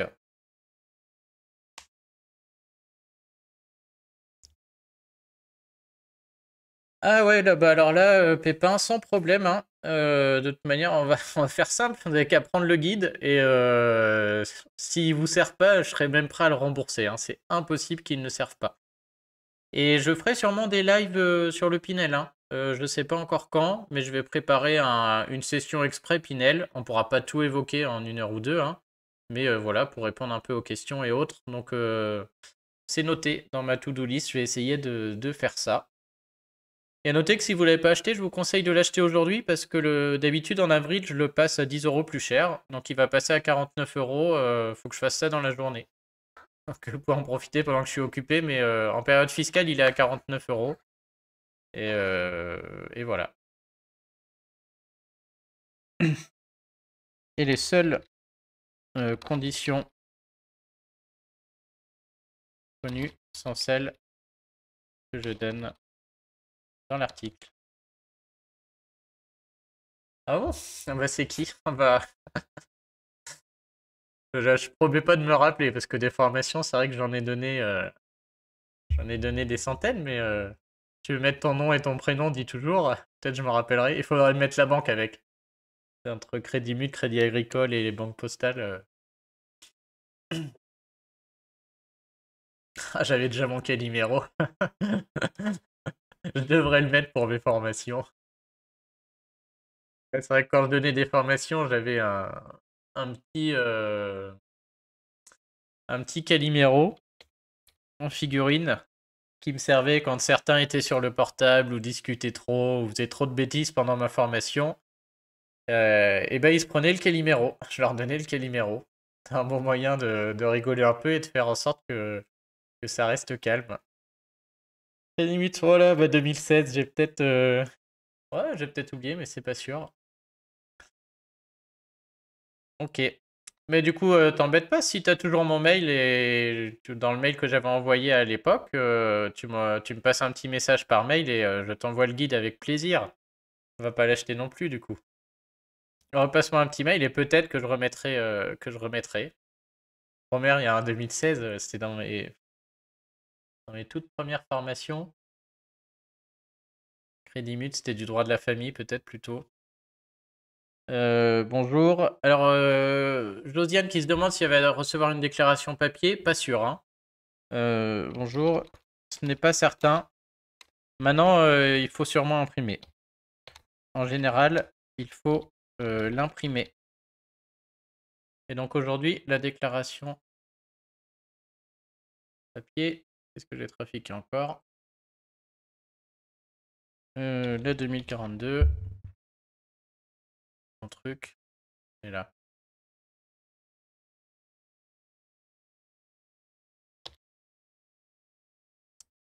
Ouais, n'hésite pas, moi ça me fait plaisir de l'offrir. J'aimais bien un crédit mutuel, tout le monde était cool. En plus, tu passes un peu de temps sur le live, quand on parlait autour de toi, comme ça, moi je suis content de voir des gens et ça me fait plaisir de t'offrir l'e-book. Alors ça c'est bon.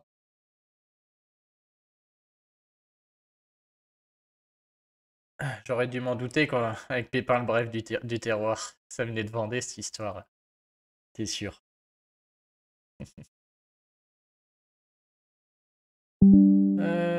Ensuite,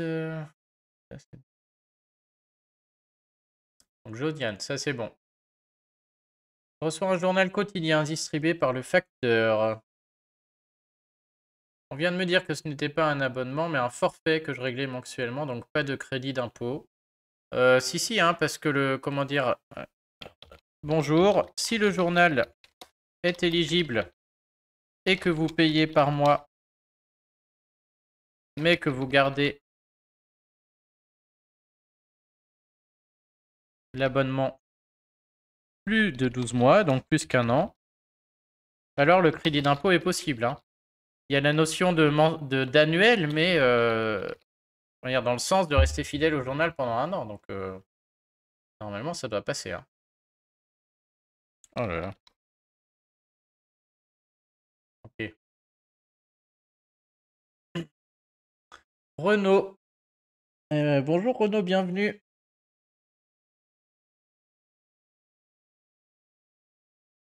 Ah, Renaud qui travaille pour moi aujourd'hui. Merci Renaud, c'est sympa.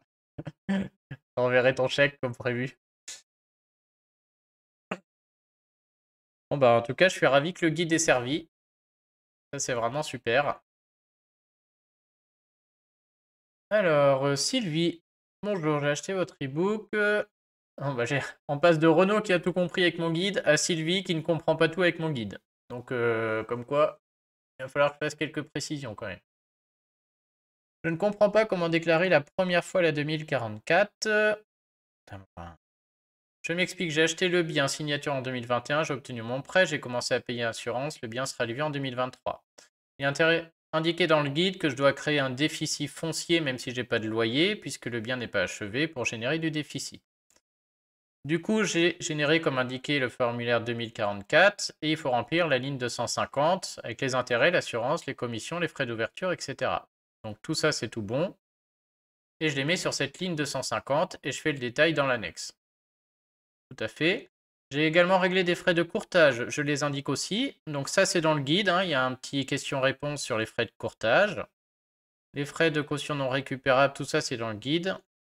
Je n'ai pas trouvé d'explication en vidéo ou autre quand le bien n'est pas encore achevé et comment on fait sur la génération du déficit. Et donc ça aussi, c'est dans le guide, je l'explique. Non, bon, ça va, je suis rassuré, j'ai pas fait d'oubli.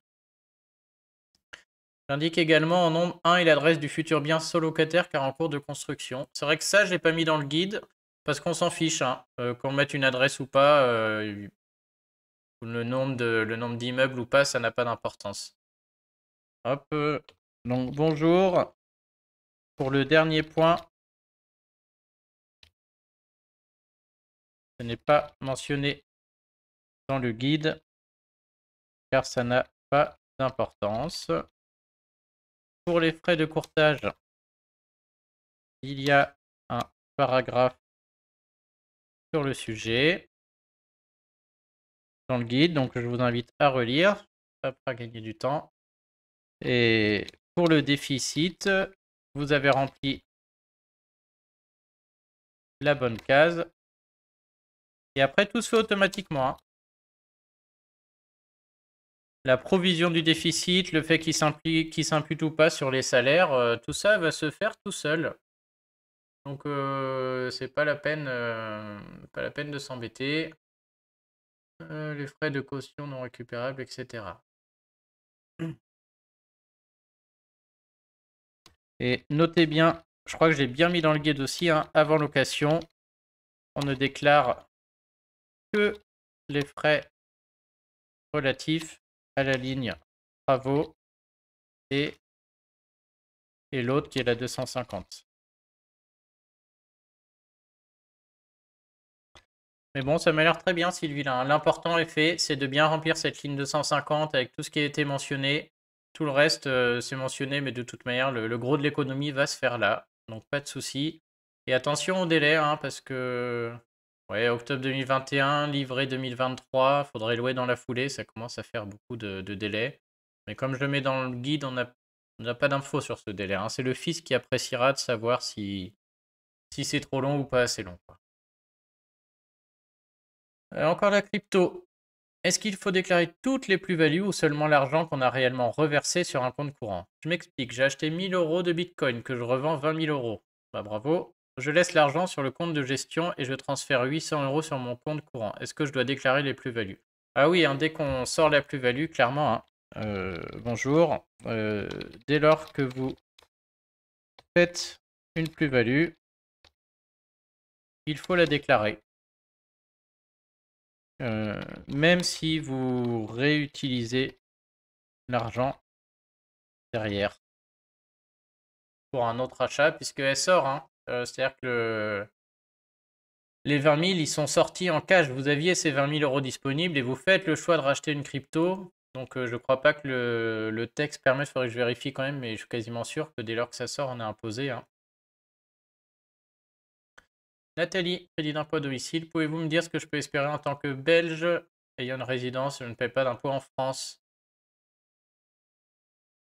Si j'ai bien compris, j'aurai payé l'aide ménagère plus les cotisations extrêmement chères. Donc là, je ne me prononce pas encore une fois, ça dépend de la convention fiscale France-Belgique, les règles sont différentes. Et le crédit d'impôt aide à domicile, c'est pour les gens qui prennent une aide à domicile. Et donc dans une résidence secondaire, il ne se passera rien du tout, hein. Donc bonjour, il faut voir la convention France-Belgique avec un spécialiste, hein.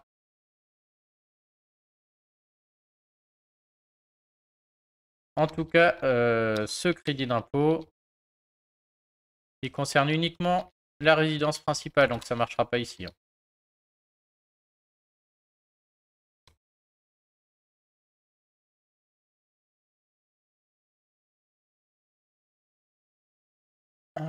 Cool. Bon, bah, Nathalie qui avait fait un doublon, je vais gagner un peu de temps. Hop, ça saute. Encore 28. Ça va, on avance bien là.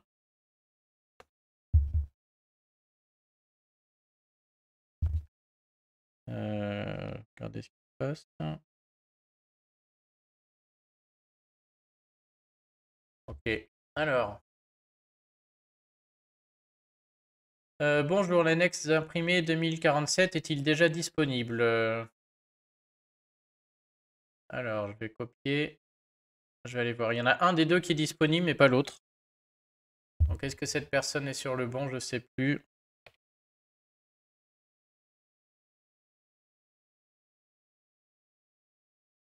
Ouais, il n'y a que celui-là.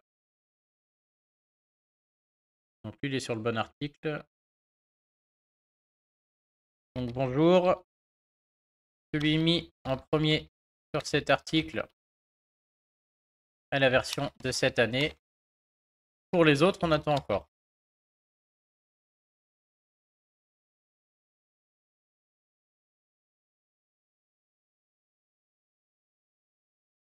Alors, Alni. Encore un pavé. Bon, je sens qu'il n'y a rien à répondre là. Je crois que Alni, elle est juste pas contente. Ça parle d'accusé réception. Pas de réponse. En Guadeloupe, il n'y a personne. Bon, bah, il n'y a pas de question. Je veux bien l'approuver. Hop.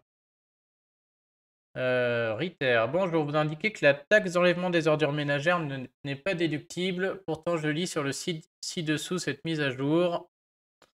Vous pouvez m'indiquer si elle est oui ou non déductible. Donc on va modifier parce que j'enlève, je vous mets ma tête pour pas qu'on voit son nom là. On va modifier le commentaire Pas non plus faire de la pub à mes concurrents. Et en plus, elle se trompe puisqu'elle a mal compris le. Je vois très bien le site que c'est, qui est très pertinent d'ailleurs, qui a un très bon article et qui dit la même chose que moi, donc elle l'a mal compris. Donc je vois la taxe sur les ordures ménagères, clairement, ce n'est pas déductible, hein. Il faut faire très attention à l'enlever avant de déduire la taxe foncière sur les revenus fonciers. Ils font plein de redressements là-dessus, hein. Donc bonjour, je vous confirme que la taxe sur ordures ménagères n'est pas déductible en 2022. Il faut absolument l'enlever de la taxe foncière avant.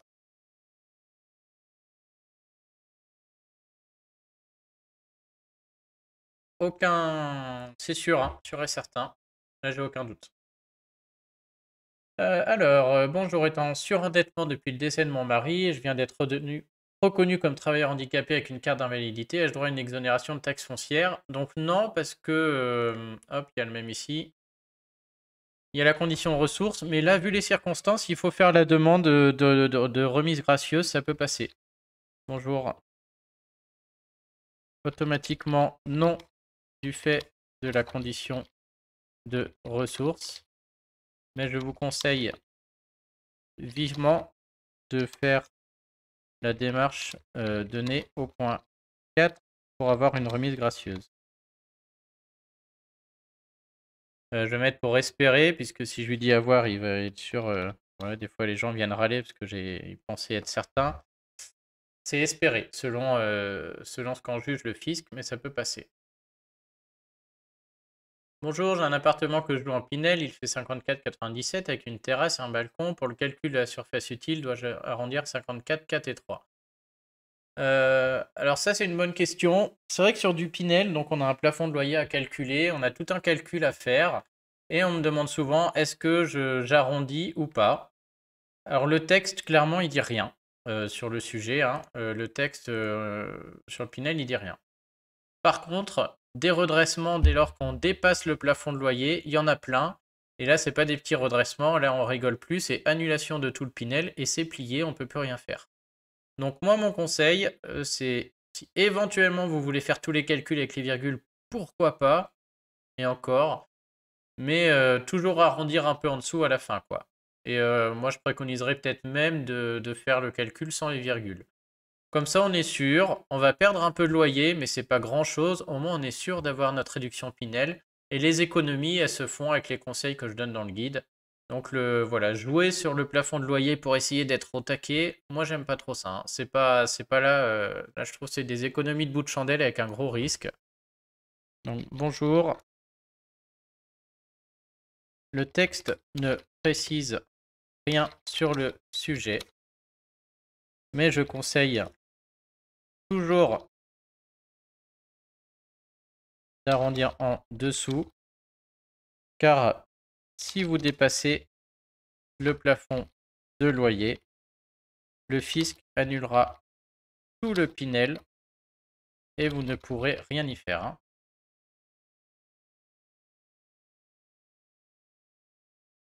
Donc je vous conseillerais plutôt de lire mon guide qui présente d'autres sources d'économie, avec ce qu'on a vu tout à l'heure par exemple, hein, rien que le fait de déclarer les frais dossiers de la banque, les frais d'hypothèque, etc. Et on économise des centaines d'euros, ça compense les quelques euros de loyer qu'on aura perdu, hein. Est-ce que c'est mon guide encore? Non, pas du tout. Pas du tout.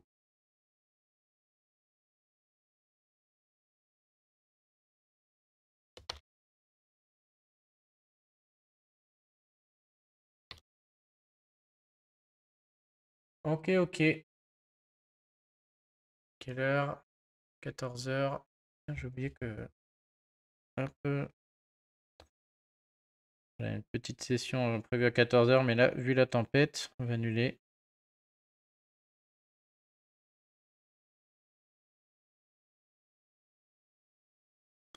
Quelqu'un veut faire un ping-pong, mais là, un ping-pong avec ce vent, c'est foutu, hein. Hop. Alors, bonjour, ma fille de 19 ans est en résidence alternée. Les présente n'apparaît plus. Que faire? Il faut la remettre. Avec mon conjoint, nous sommes pacsés, un enfant en bas âge en commun, un enfant de 14 ans en résidence alternée. Ma fille est au chômage. Doit-elle faire sa propre déclaration? Donc, bonjour. Il faut faire les simulations comme indiqué dans l'article. Si le rattachement est meilleur, vous pouvez la rajouter simplement. Il n'y aura pas de problème. Ensuite, sur le crédit d'impôt, si l'enfant est handicapé et a plus de 6 ans et gardé chez un nounou, peut-on déclarer les frais de garde? Alors normalement, c'est après 6 ans, on n'a plus le droit au crédit d'impôt. Maintenant, est-ce qu'il y a une condition pour handicap? Ça, j'en serais peut-être pas surpris. Je vais regarder si je la trouve rapidement. Comme d'hab, on va aller regarder le BOFIP. Je ne l'ai pas mis dans l'article, ça je pense. Il est peut-être déjà répondu en commentaire. Ah, il n'y a rien sur le handicap. Je vais pas savoir lui répondre là du coup. Je sais pas. Donc je vais conseiller d'interroger les enfants. Bonjour, me concernant, je ne sais pas. Je vous conseille d'interroger le fisc pour savoir si le handicap permet de se passer de la condition d'âge. Donc via la messagerie sécurisée hein, de votre espace. Hein.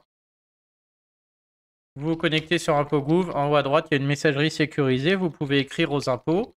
Et parfois, ils répondent assez vite avec des réponses très précises. Hein. Alors lui, je l'avais vu. Je crois que c'est un mail un peu... C'est un commentaire, mais qui est à moitié perso. Mec de ma famille que je connais même pas, donc je vais lui répondre après celui-là. Marianne. En tout cas, c'est très sympa. Je n'ai pas vu la question. Je crois que c'était très technique. Bon, je vais me la garder pour moi plus tard. L'enfant majeur, ma fille a eu 19 ans, mais elle est jeune maman. En 2021, elle est déménagée, étudiante, aucun revenu, et moi un revenu non imposable cette année, 15 000. Qu'est-ce qui est le mieux pour elle? Je suis perdu pour ces aides. Là, je suis désolé, je ne peux pas vous dire. Il faut faire les simulations hein, quand on a un enfant majeur. De tête comme ça, c'est impossible pour moi de dire si c'est mieux de la rattacher ou de la sortir avec une pension. Il y a trop de paramètres qui viennent jouer. Et il faut faire les simulations, voilà, ça prend 20 minutes, une demi-heure. Donc on se connecte en ligne ou on se connecte sur le simulateur des impôts ou vous prenez mon simulateur. On fait une simulation avec nos revenus plus celle de l'enfant comme j'explique dans l'article. Une autre où on les sépare et on regarde ce qui est le mieux au total. Mais de tête, je ne peux pas le faire. Hein.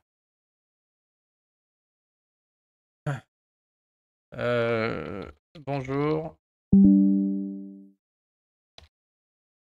Mais impossible.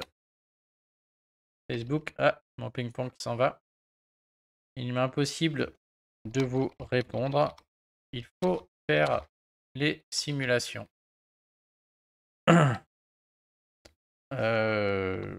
Vous pouvez utiliser le simulateur impôt.gouv pour voir ce qui est le mieux. Donc une simulation où vous rattachez l'enfant, vous mettez les revenus, une simulation sans l'enfant, et puis voilà, on voit ce qui est le mieux, quoi. Et la pension de 3542 est possible si et seulement si est possible seulement durant la période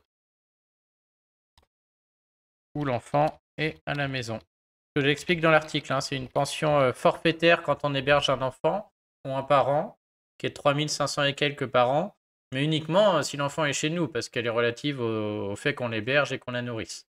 Et donc si elle est là que 2 mois dans l'année, ben, on fait un prorata de 2/12e. Donc tout ça, normalement, expliqué dans l'article. Marianne, merci. De rien. Bonsoir, mon fils est étudiant de septembre à juin. Il a travaillé, il a un arrêt de travail, plus cocher la case 7EF. Bon, bah ça, je l'explique ici. Tac, tac, tac. Donc les conditions pour cocher la case 7EF, qui est la case pour frais de scolarité. C'est d'ici. Voilà, toutes les conditions sont là-dedans. Avec les dates, puisque là, je suppose que le monsieur se demande du fait que l'enfant n'était pas étudiant toute l'année, mais à la fin. Non, c'est Martine, c'est madame. Bonjour, je donne les conditions ici. Je vous conseille aussi de lire l'article sur les enfants majeurs dans la rubrique impôts.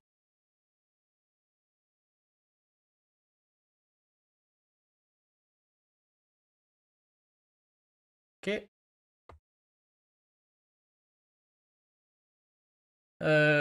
J'ai dit qu'il n'a pas reçu la mise à jour de l'ebook en janvier 2022. C'est bizarre, je les ai envoyés à tout le monde.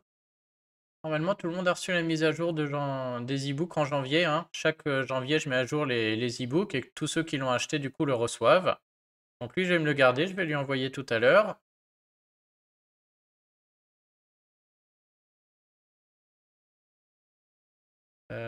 Alors, on voit qu'on arrive au bout.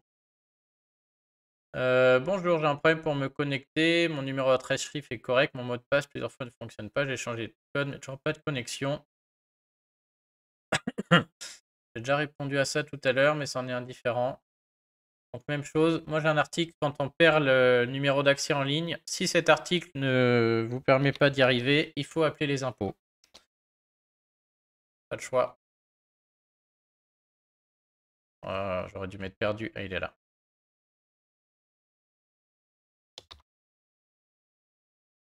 Donc bonjour. Je donne quelques conseils ici. Si ça ne marche pas, la seule solution est d'appeler le fisc. Téléphone.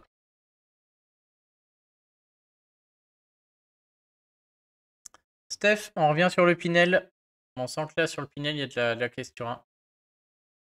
Ah, ça, c'est une question que j'ai souvent. Mais je ne sais pas. Un particulier me vend son VFA qu'il a acheté en janvier 2020, qui doit être livré 4e trimestre. Mon objectif est de le louer en Pinel. Les 30 mois seront donc dépassés. Mais, ah si, ça j'ai la réponse. Avec les 30 mois, avec les circonstances actuelles, est-ce que le délai est accordé? Ok, donc ça j'ai la réponse, effectivement. J'ai écrit un article récemment. Donc quand on achète un bien Pinel, on a 30 mois pour que les travaux soient finis. Et avec le Covid, et ben mécaniquement, il y en a plein qui dépassent ce délai de 30 mois, leur bien n'est pas fini. Et on a eu tout juste, voilà, j'ai même fait une vidéo, dis donc, là-dessus. On vient d'avoir enfin un BOFIP qui nous informe des conditions pour le report du délai d'achèvement en cas de retard des travaux pour le Covid. Donc le sujet est mis là-dedans. En plus, il me semblait l'avoir mis dans l'article là. Donc bonjour, j'évoque les conditions de report à cause de la crise sanitaire ici. Je vous conseille vivement de lire mon guide pour tout optimiser.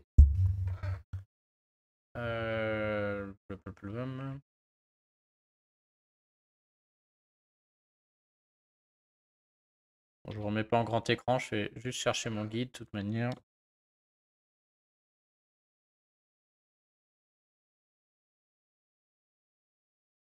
Il faudrait presque un robot qui envoie les mêmes réponses sur les... Quand les questions viennent en boucle, je gagnerai du temps. Encore l'enfant majeur. Je viens de voir dans la notice des charges déductibles cette phrase. Précision. Si vous subvenez à tous les besoins d'un enfant ou d'un ascendant sans ressources, vous pouvez déduire une somme de 3592. Donc oui, ça c'est bien évoqué dans l'article. Il n'est pas précisé l'âge de l'enfant. Je suis mère célibataire, je perçois une pension pour l'élever, mais le père le prend rarement. Est-ce que je peux déduire cette somme? Mon fils a 15 ans. Oui, donc son enfant, il est mineur. Mère célibataire, je perçois une pension pour l'élever, mais le père le prend rarement. Est-ce que je peux déduire cette somme? Mon fils a 15 ans et suit des études au lycée. Il est reconnu handicap, j'ai donc des frais médicaux. Mais ça marche pas parce que si elle déduit la pension et que son fils est sur la déclaration, son fils rajoute la pension et du coup c'est neutre quoi. Hein. Donc ça ne marche pas, hein. Bonjour. Cela ne marche pas tant qu'il est mineur. Car si vous déduisez la pension, il faut l'ajouter chez lui et donc dans votre propre déclaration, on fait un doublon.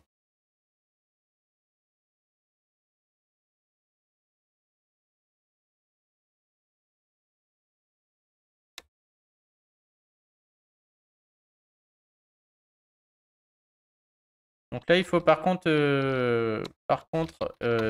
vérifier la case T et les frais de scolarité. Tout ça est mentionné dans l'article. Et ouais, non, la pension, c'est que le jour où il déclare tout seul, puisqu'il l'ajoutera dans ses revenus à lui, du coup, et ça impactera plus vos propres revenus. Réduction d'impôt pour maison de retraite. Ah, lui, il n'est pas content non plus. Que font les élus pour les élections? Avec une retraite, bon, bah celui-là je laisse, mais moi j'ai rien à dire. Les frais réels. Bonjour, je dispose d'une pause d'une demi-heure pour les repas. Il y a un self sur mon lieu de travail, mais comme ce n'est pas bon, j'amène ma gamelle. Puis-je déduire les repas? Bah non, hein, il y a la règle que je mets dans l'article. Et je crois pas que le texte dise qu'on puisse se passer de la règle quand le self n'est pas bon, donc il faut garder la règle sur le self. Je sais pas si auprès d'un contrôleur ça passera ça, mais il y en a qui sont drôles quand même. Bonjour. Bien tenté. Mais malheureusement,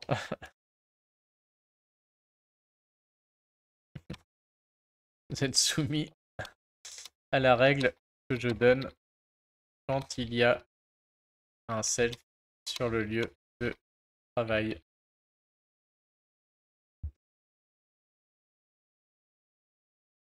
Euh,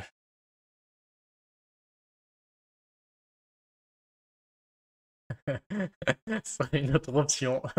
Faire une petite gamelle pour le contrôleur et voir du coup s'il accepte. Il y en a qui ont peur de rien. Ouais, c'est pas mal, Pépin.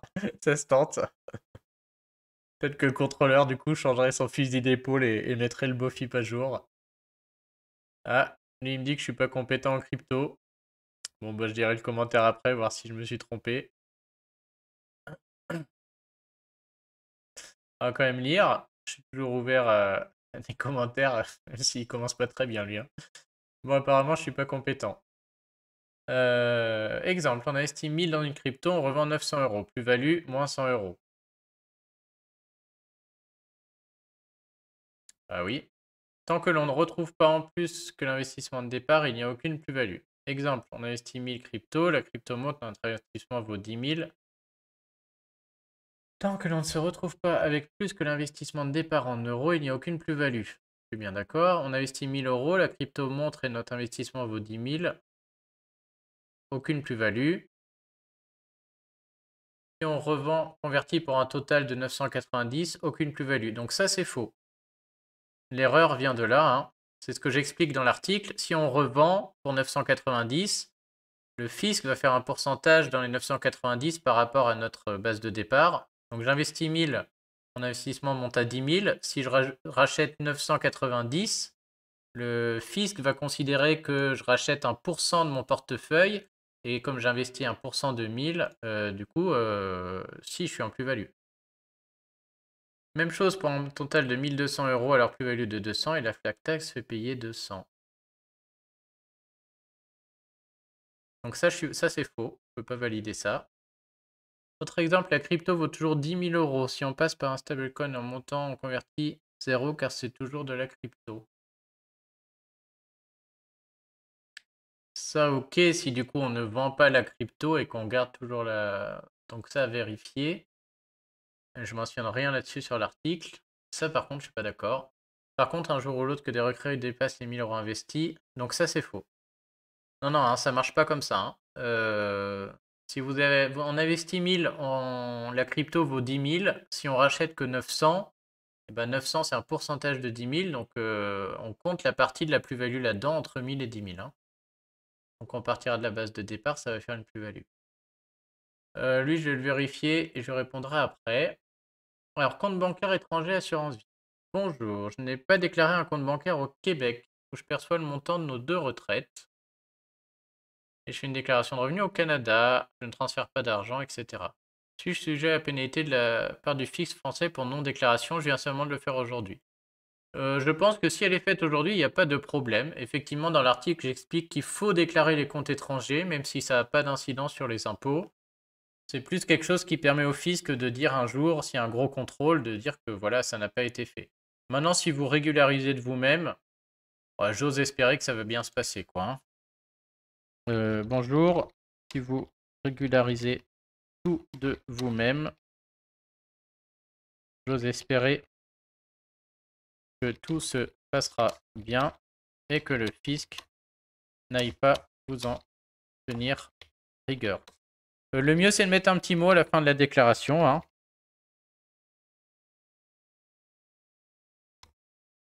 Fin de la déclaration. Voilà, pour en mettre un petit mot à la fin de la déclaration, pour expliquer que qu'on a oublié l'omission sur les années passées.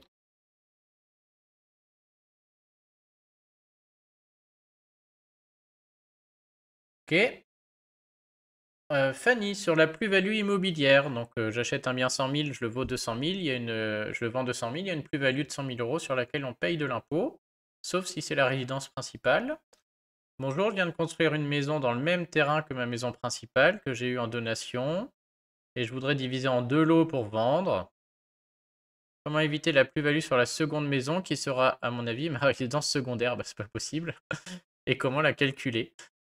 Donc, bon, je ferai peut-être un article sur les cas d'exonération, mais dès lors que ce n'est plus la résidence principale, il y a un impôt sur la plus-value, sauf cas spécial. Donc, bonjour, l'exonération concernera uniquement la résidence principale. Donc, il y a quelques cas d'exonération sur les résidences secondaires, mais j'ai pas écrit sur le sujet encore.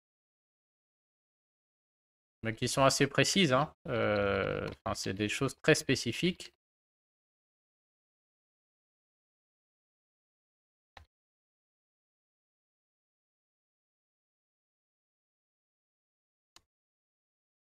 Donc, si par chance vous rentrez dans une des exonérations, tant mieux. Mais sinon, sinon c'est non, hein. Ça passe pas. Et Claude à nouveau. Bonjour. Oh, ça on a déjà répondu.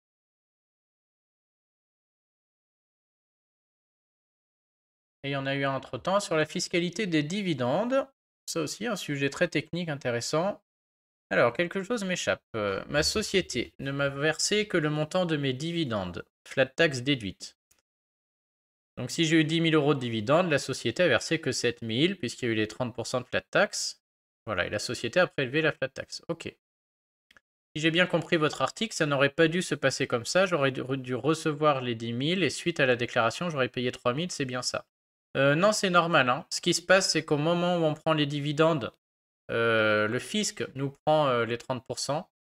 Et au moment de la déclaration, ce qui se passe, c'est qu'on remet les dividendes et la même opération se passe. C'est-à-dire que si on fait rien, on va repayer la flat tax, mais ce qu'on a payé, c'est rempli dans la case 2CK, donc on va nous la redonner. Donc il y a une espèce d'opération neutre au moment de la déclaration d'impôt.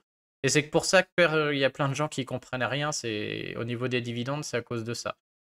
Donc c'est tout à fait normal. Hop. Bonjour. Non, c'est tout à fait normal. En fait, vous avez payé. Donc il y a 2 écoles, il y en a qui la payent à la source et d'autres non. À la source. Lors de la déclaration d'impôt, soit vous choisissez la flat tax et vous allez encore payer 12,8% d'impôt, mais on vous rembourse 12,8% d'impôt déjà payé via la case de CK. Donc ça, opération neutre. Soit vous refusez la flat tax et vous allez payé selon le barème, mais on vous rembourse les 12,8% déjà payés via la case de CK.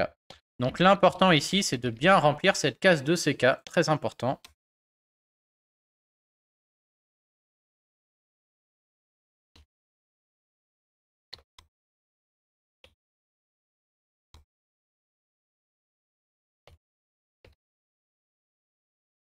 Bon, bah, je crois que j'arrive au bout pour aujourd'hui.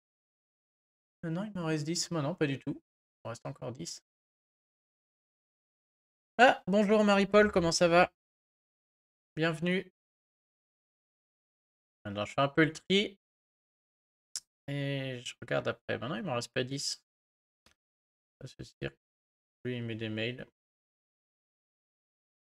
Alors, je fais celle-ci. Marie-Paul, là, je finis les miens et je regarde après.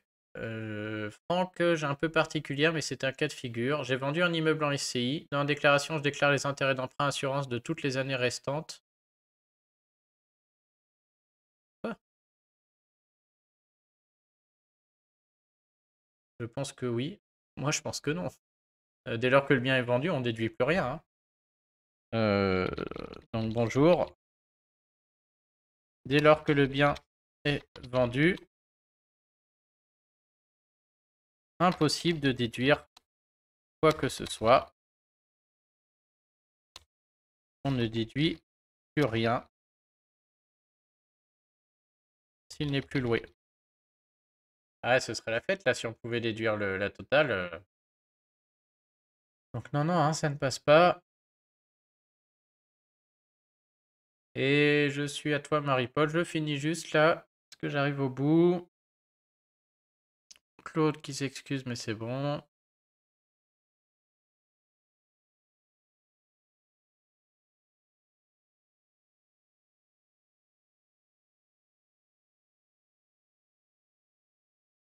Là, c'est la réponse à tout à l'heure.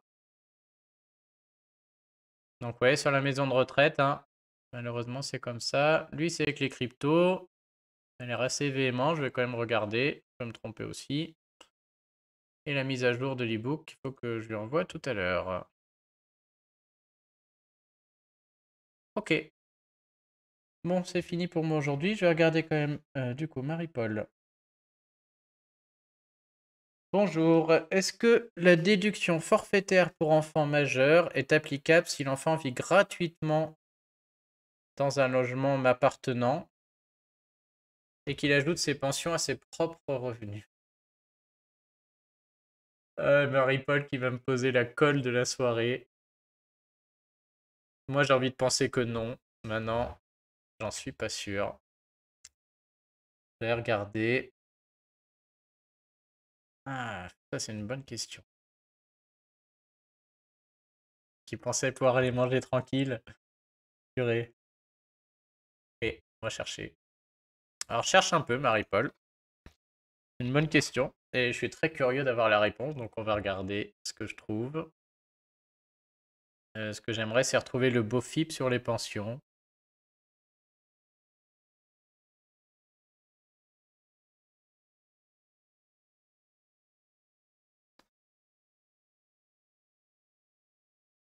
Donc, les pensions alimentaires. Je ne sais pas s'il va être là-dedans. Parce que je sais que cette pension forfaitaire est dans un BOFIP un peu planqué. Je ne sais même pas si je vais le retrouver.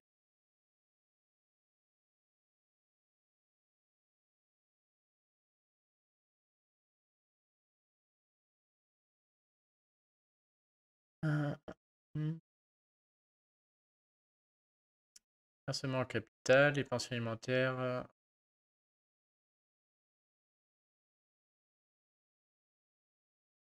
Rente. On va bien trouver l'endroit où il parle de la pension alimentaire en forfait. Et c'est là où, si on a la réponse à cette question, c'est là où elle sera.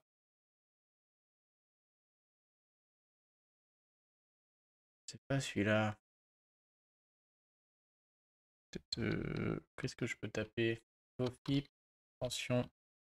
En plus, je vais mettre 6042, mais je pense que le BOFIP n'est pas à jour. Ouais, donc il n'y a aucun BOFIP qui inclut 6042, qui il me semble c'est le nouveau montant, hein. Ah non, 6042. Non, non, c'est 3592.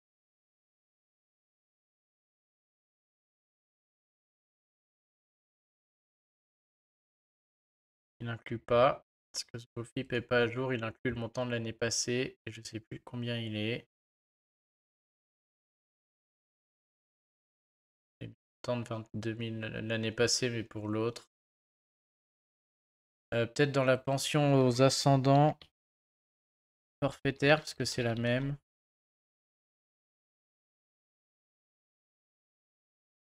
C'est quand même pas en France. Alors je dézoome, hein, vous avez pu y voir grand chose, mais pour moi c'est... Ah, c'est là. Logement mis gratuitement à disposition. Alors c'est pour les ascendants. Mais il me semble que c'est la même pour les...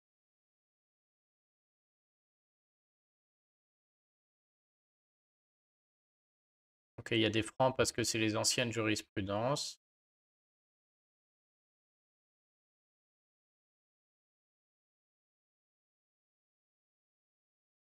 Alors donc apparemment ça marche, mais ça marche pour les ascendants. Je suis embêté. On a une jurisprudence qui nous dit qu'un contribuable qui met un logement dont il est propriétaire à la disposition de ses parents dans le besoin peut déduire de son revenu global la valeur locative, le montant des charges qu'il règle, etc. Mais ça, c'est pour les parents.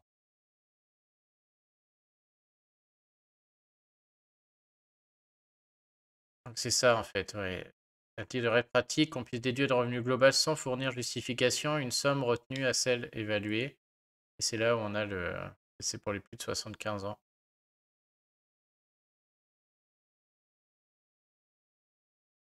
Ouais, je ne sais pas, Marie-Paul, je pense que je vais sécher sur celle-ci. Oui. Parce que là, le BOFIP nous renvoie encore vers un autre texte et je pense que quelque part, il y a la pension pour enfants qui renvoie aussi vers ce texte. Juste pour le montant, pas pour les conditions. Une dernière recherche, mais sinon, je ne sais pas. Pension forfaitaire.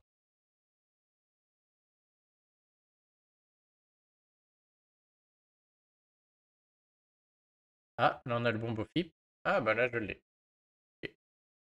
Alors, celui de tout à l'heure en plus. Toutefois, si l'enfant vit durant toute l'année civile sous le toit du contribuable, on admettra à titre de règle pratique pour le logement et la nourriture que celui-ci puisse déduire de son revenu imposable une somme égale à celle retenue pour l'évaluation des frais de personnes âgées. Donc c'est la même, c'est ça nos 3592. Cette règle ne doit cependant pas faire obstacle à la possibilité pour les parents qui hébergent leur enfant dans le besoin une partie de l'année de pouvoir déduire en plus une pension alimentaire. Ça c'est ce que j'explique dans l'article, hein. Outre les dépenses pour la nourriture et le logement, les dépenses en faveur de l'enfant au titre de l'obligation alimentaire sont prises en compte. Donc là, on a un exemple toujours sous le toit du contribuable. Les parents d'enfants mariés. Ok, donc pour moi, Marie-Paul, c'est non. Après, tu peux fouiller le BOFIP. T'envoies, comme ça chacun peut aller chercher. C'est possible d'interroger le fisc, voir leur état. Mais là, vu ça, tout est détaillé ici et c'est marqué clairement sous le toit du contribuable. Alors peut-être qu'un peu plus loin dans le BOFIP, on a une précision ou une exception, donc à regarder. Peut-être qu'en interrogeant le fisc, il y a un autre texte que je connais pas, mais là, à première recherche, pour moi, c'est un non. Parce qu'on a ça. Et je pense que ça sous-entend la résidence principale. Donc voilà, pour la réponse à cette question, moi j'en reste là-dessus, hein. Bon, parfait. Bon, bah, messieurs, dames, en tout cas, merci à ceux qui sont passés. C'est toujours sympa de discuter un peu en direct. Et bah, de toute manière, pendant 2 mois, là, je vais essayer d'en faire pas mal, hein. Donc, n'hésitez pas à revenir de temps en temps. Les week-ends, je promets rien, mais je pense tous les jours entre midi et 2. Peut-être des fois le dimanche soir, on verra. Et bah, s'il n'y a pas d'autres questions, je vais vous souhaiter à tous une bonne journée. Et puis moi, je vais aller manger. N'hésitez pas à repasser les jours suivants ou à en parler autour de vous. Pour moi, c'est vraiment sympa. Voilà, bah, je vous souhaite une bonne journée à tous et puis je vous dis, à bientôt. Salut tout le monde. Merci Pépin. Ouais, je vais aller manger. J'en peux plus là, ça y est, j'ai faim. Bon après-midi Youssef, bon après-midi Pépin et Marie-Paul et puis, bonne app à ceux qui n'ont pas mangé non plus. À plus tard.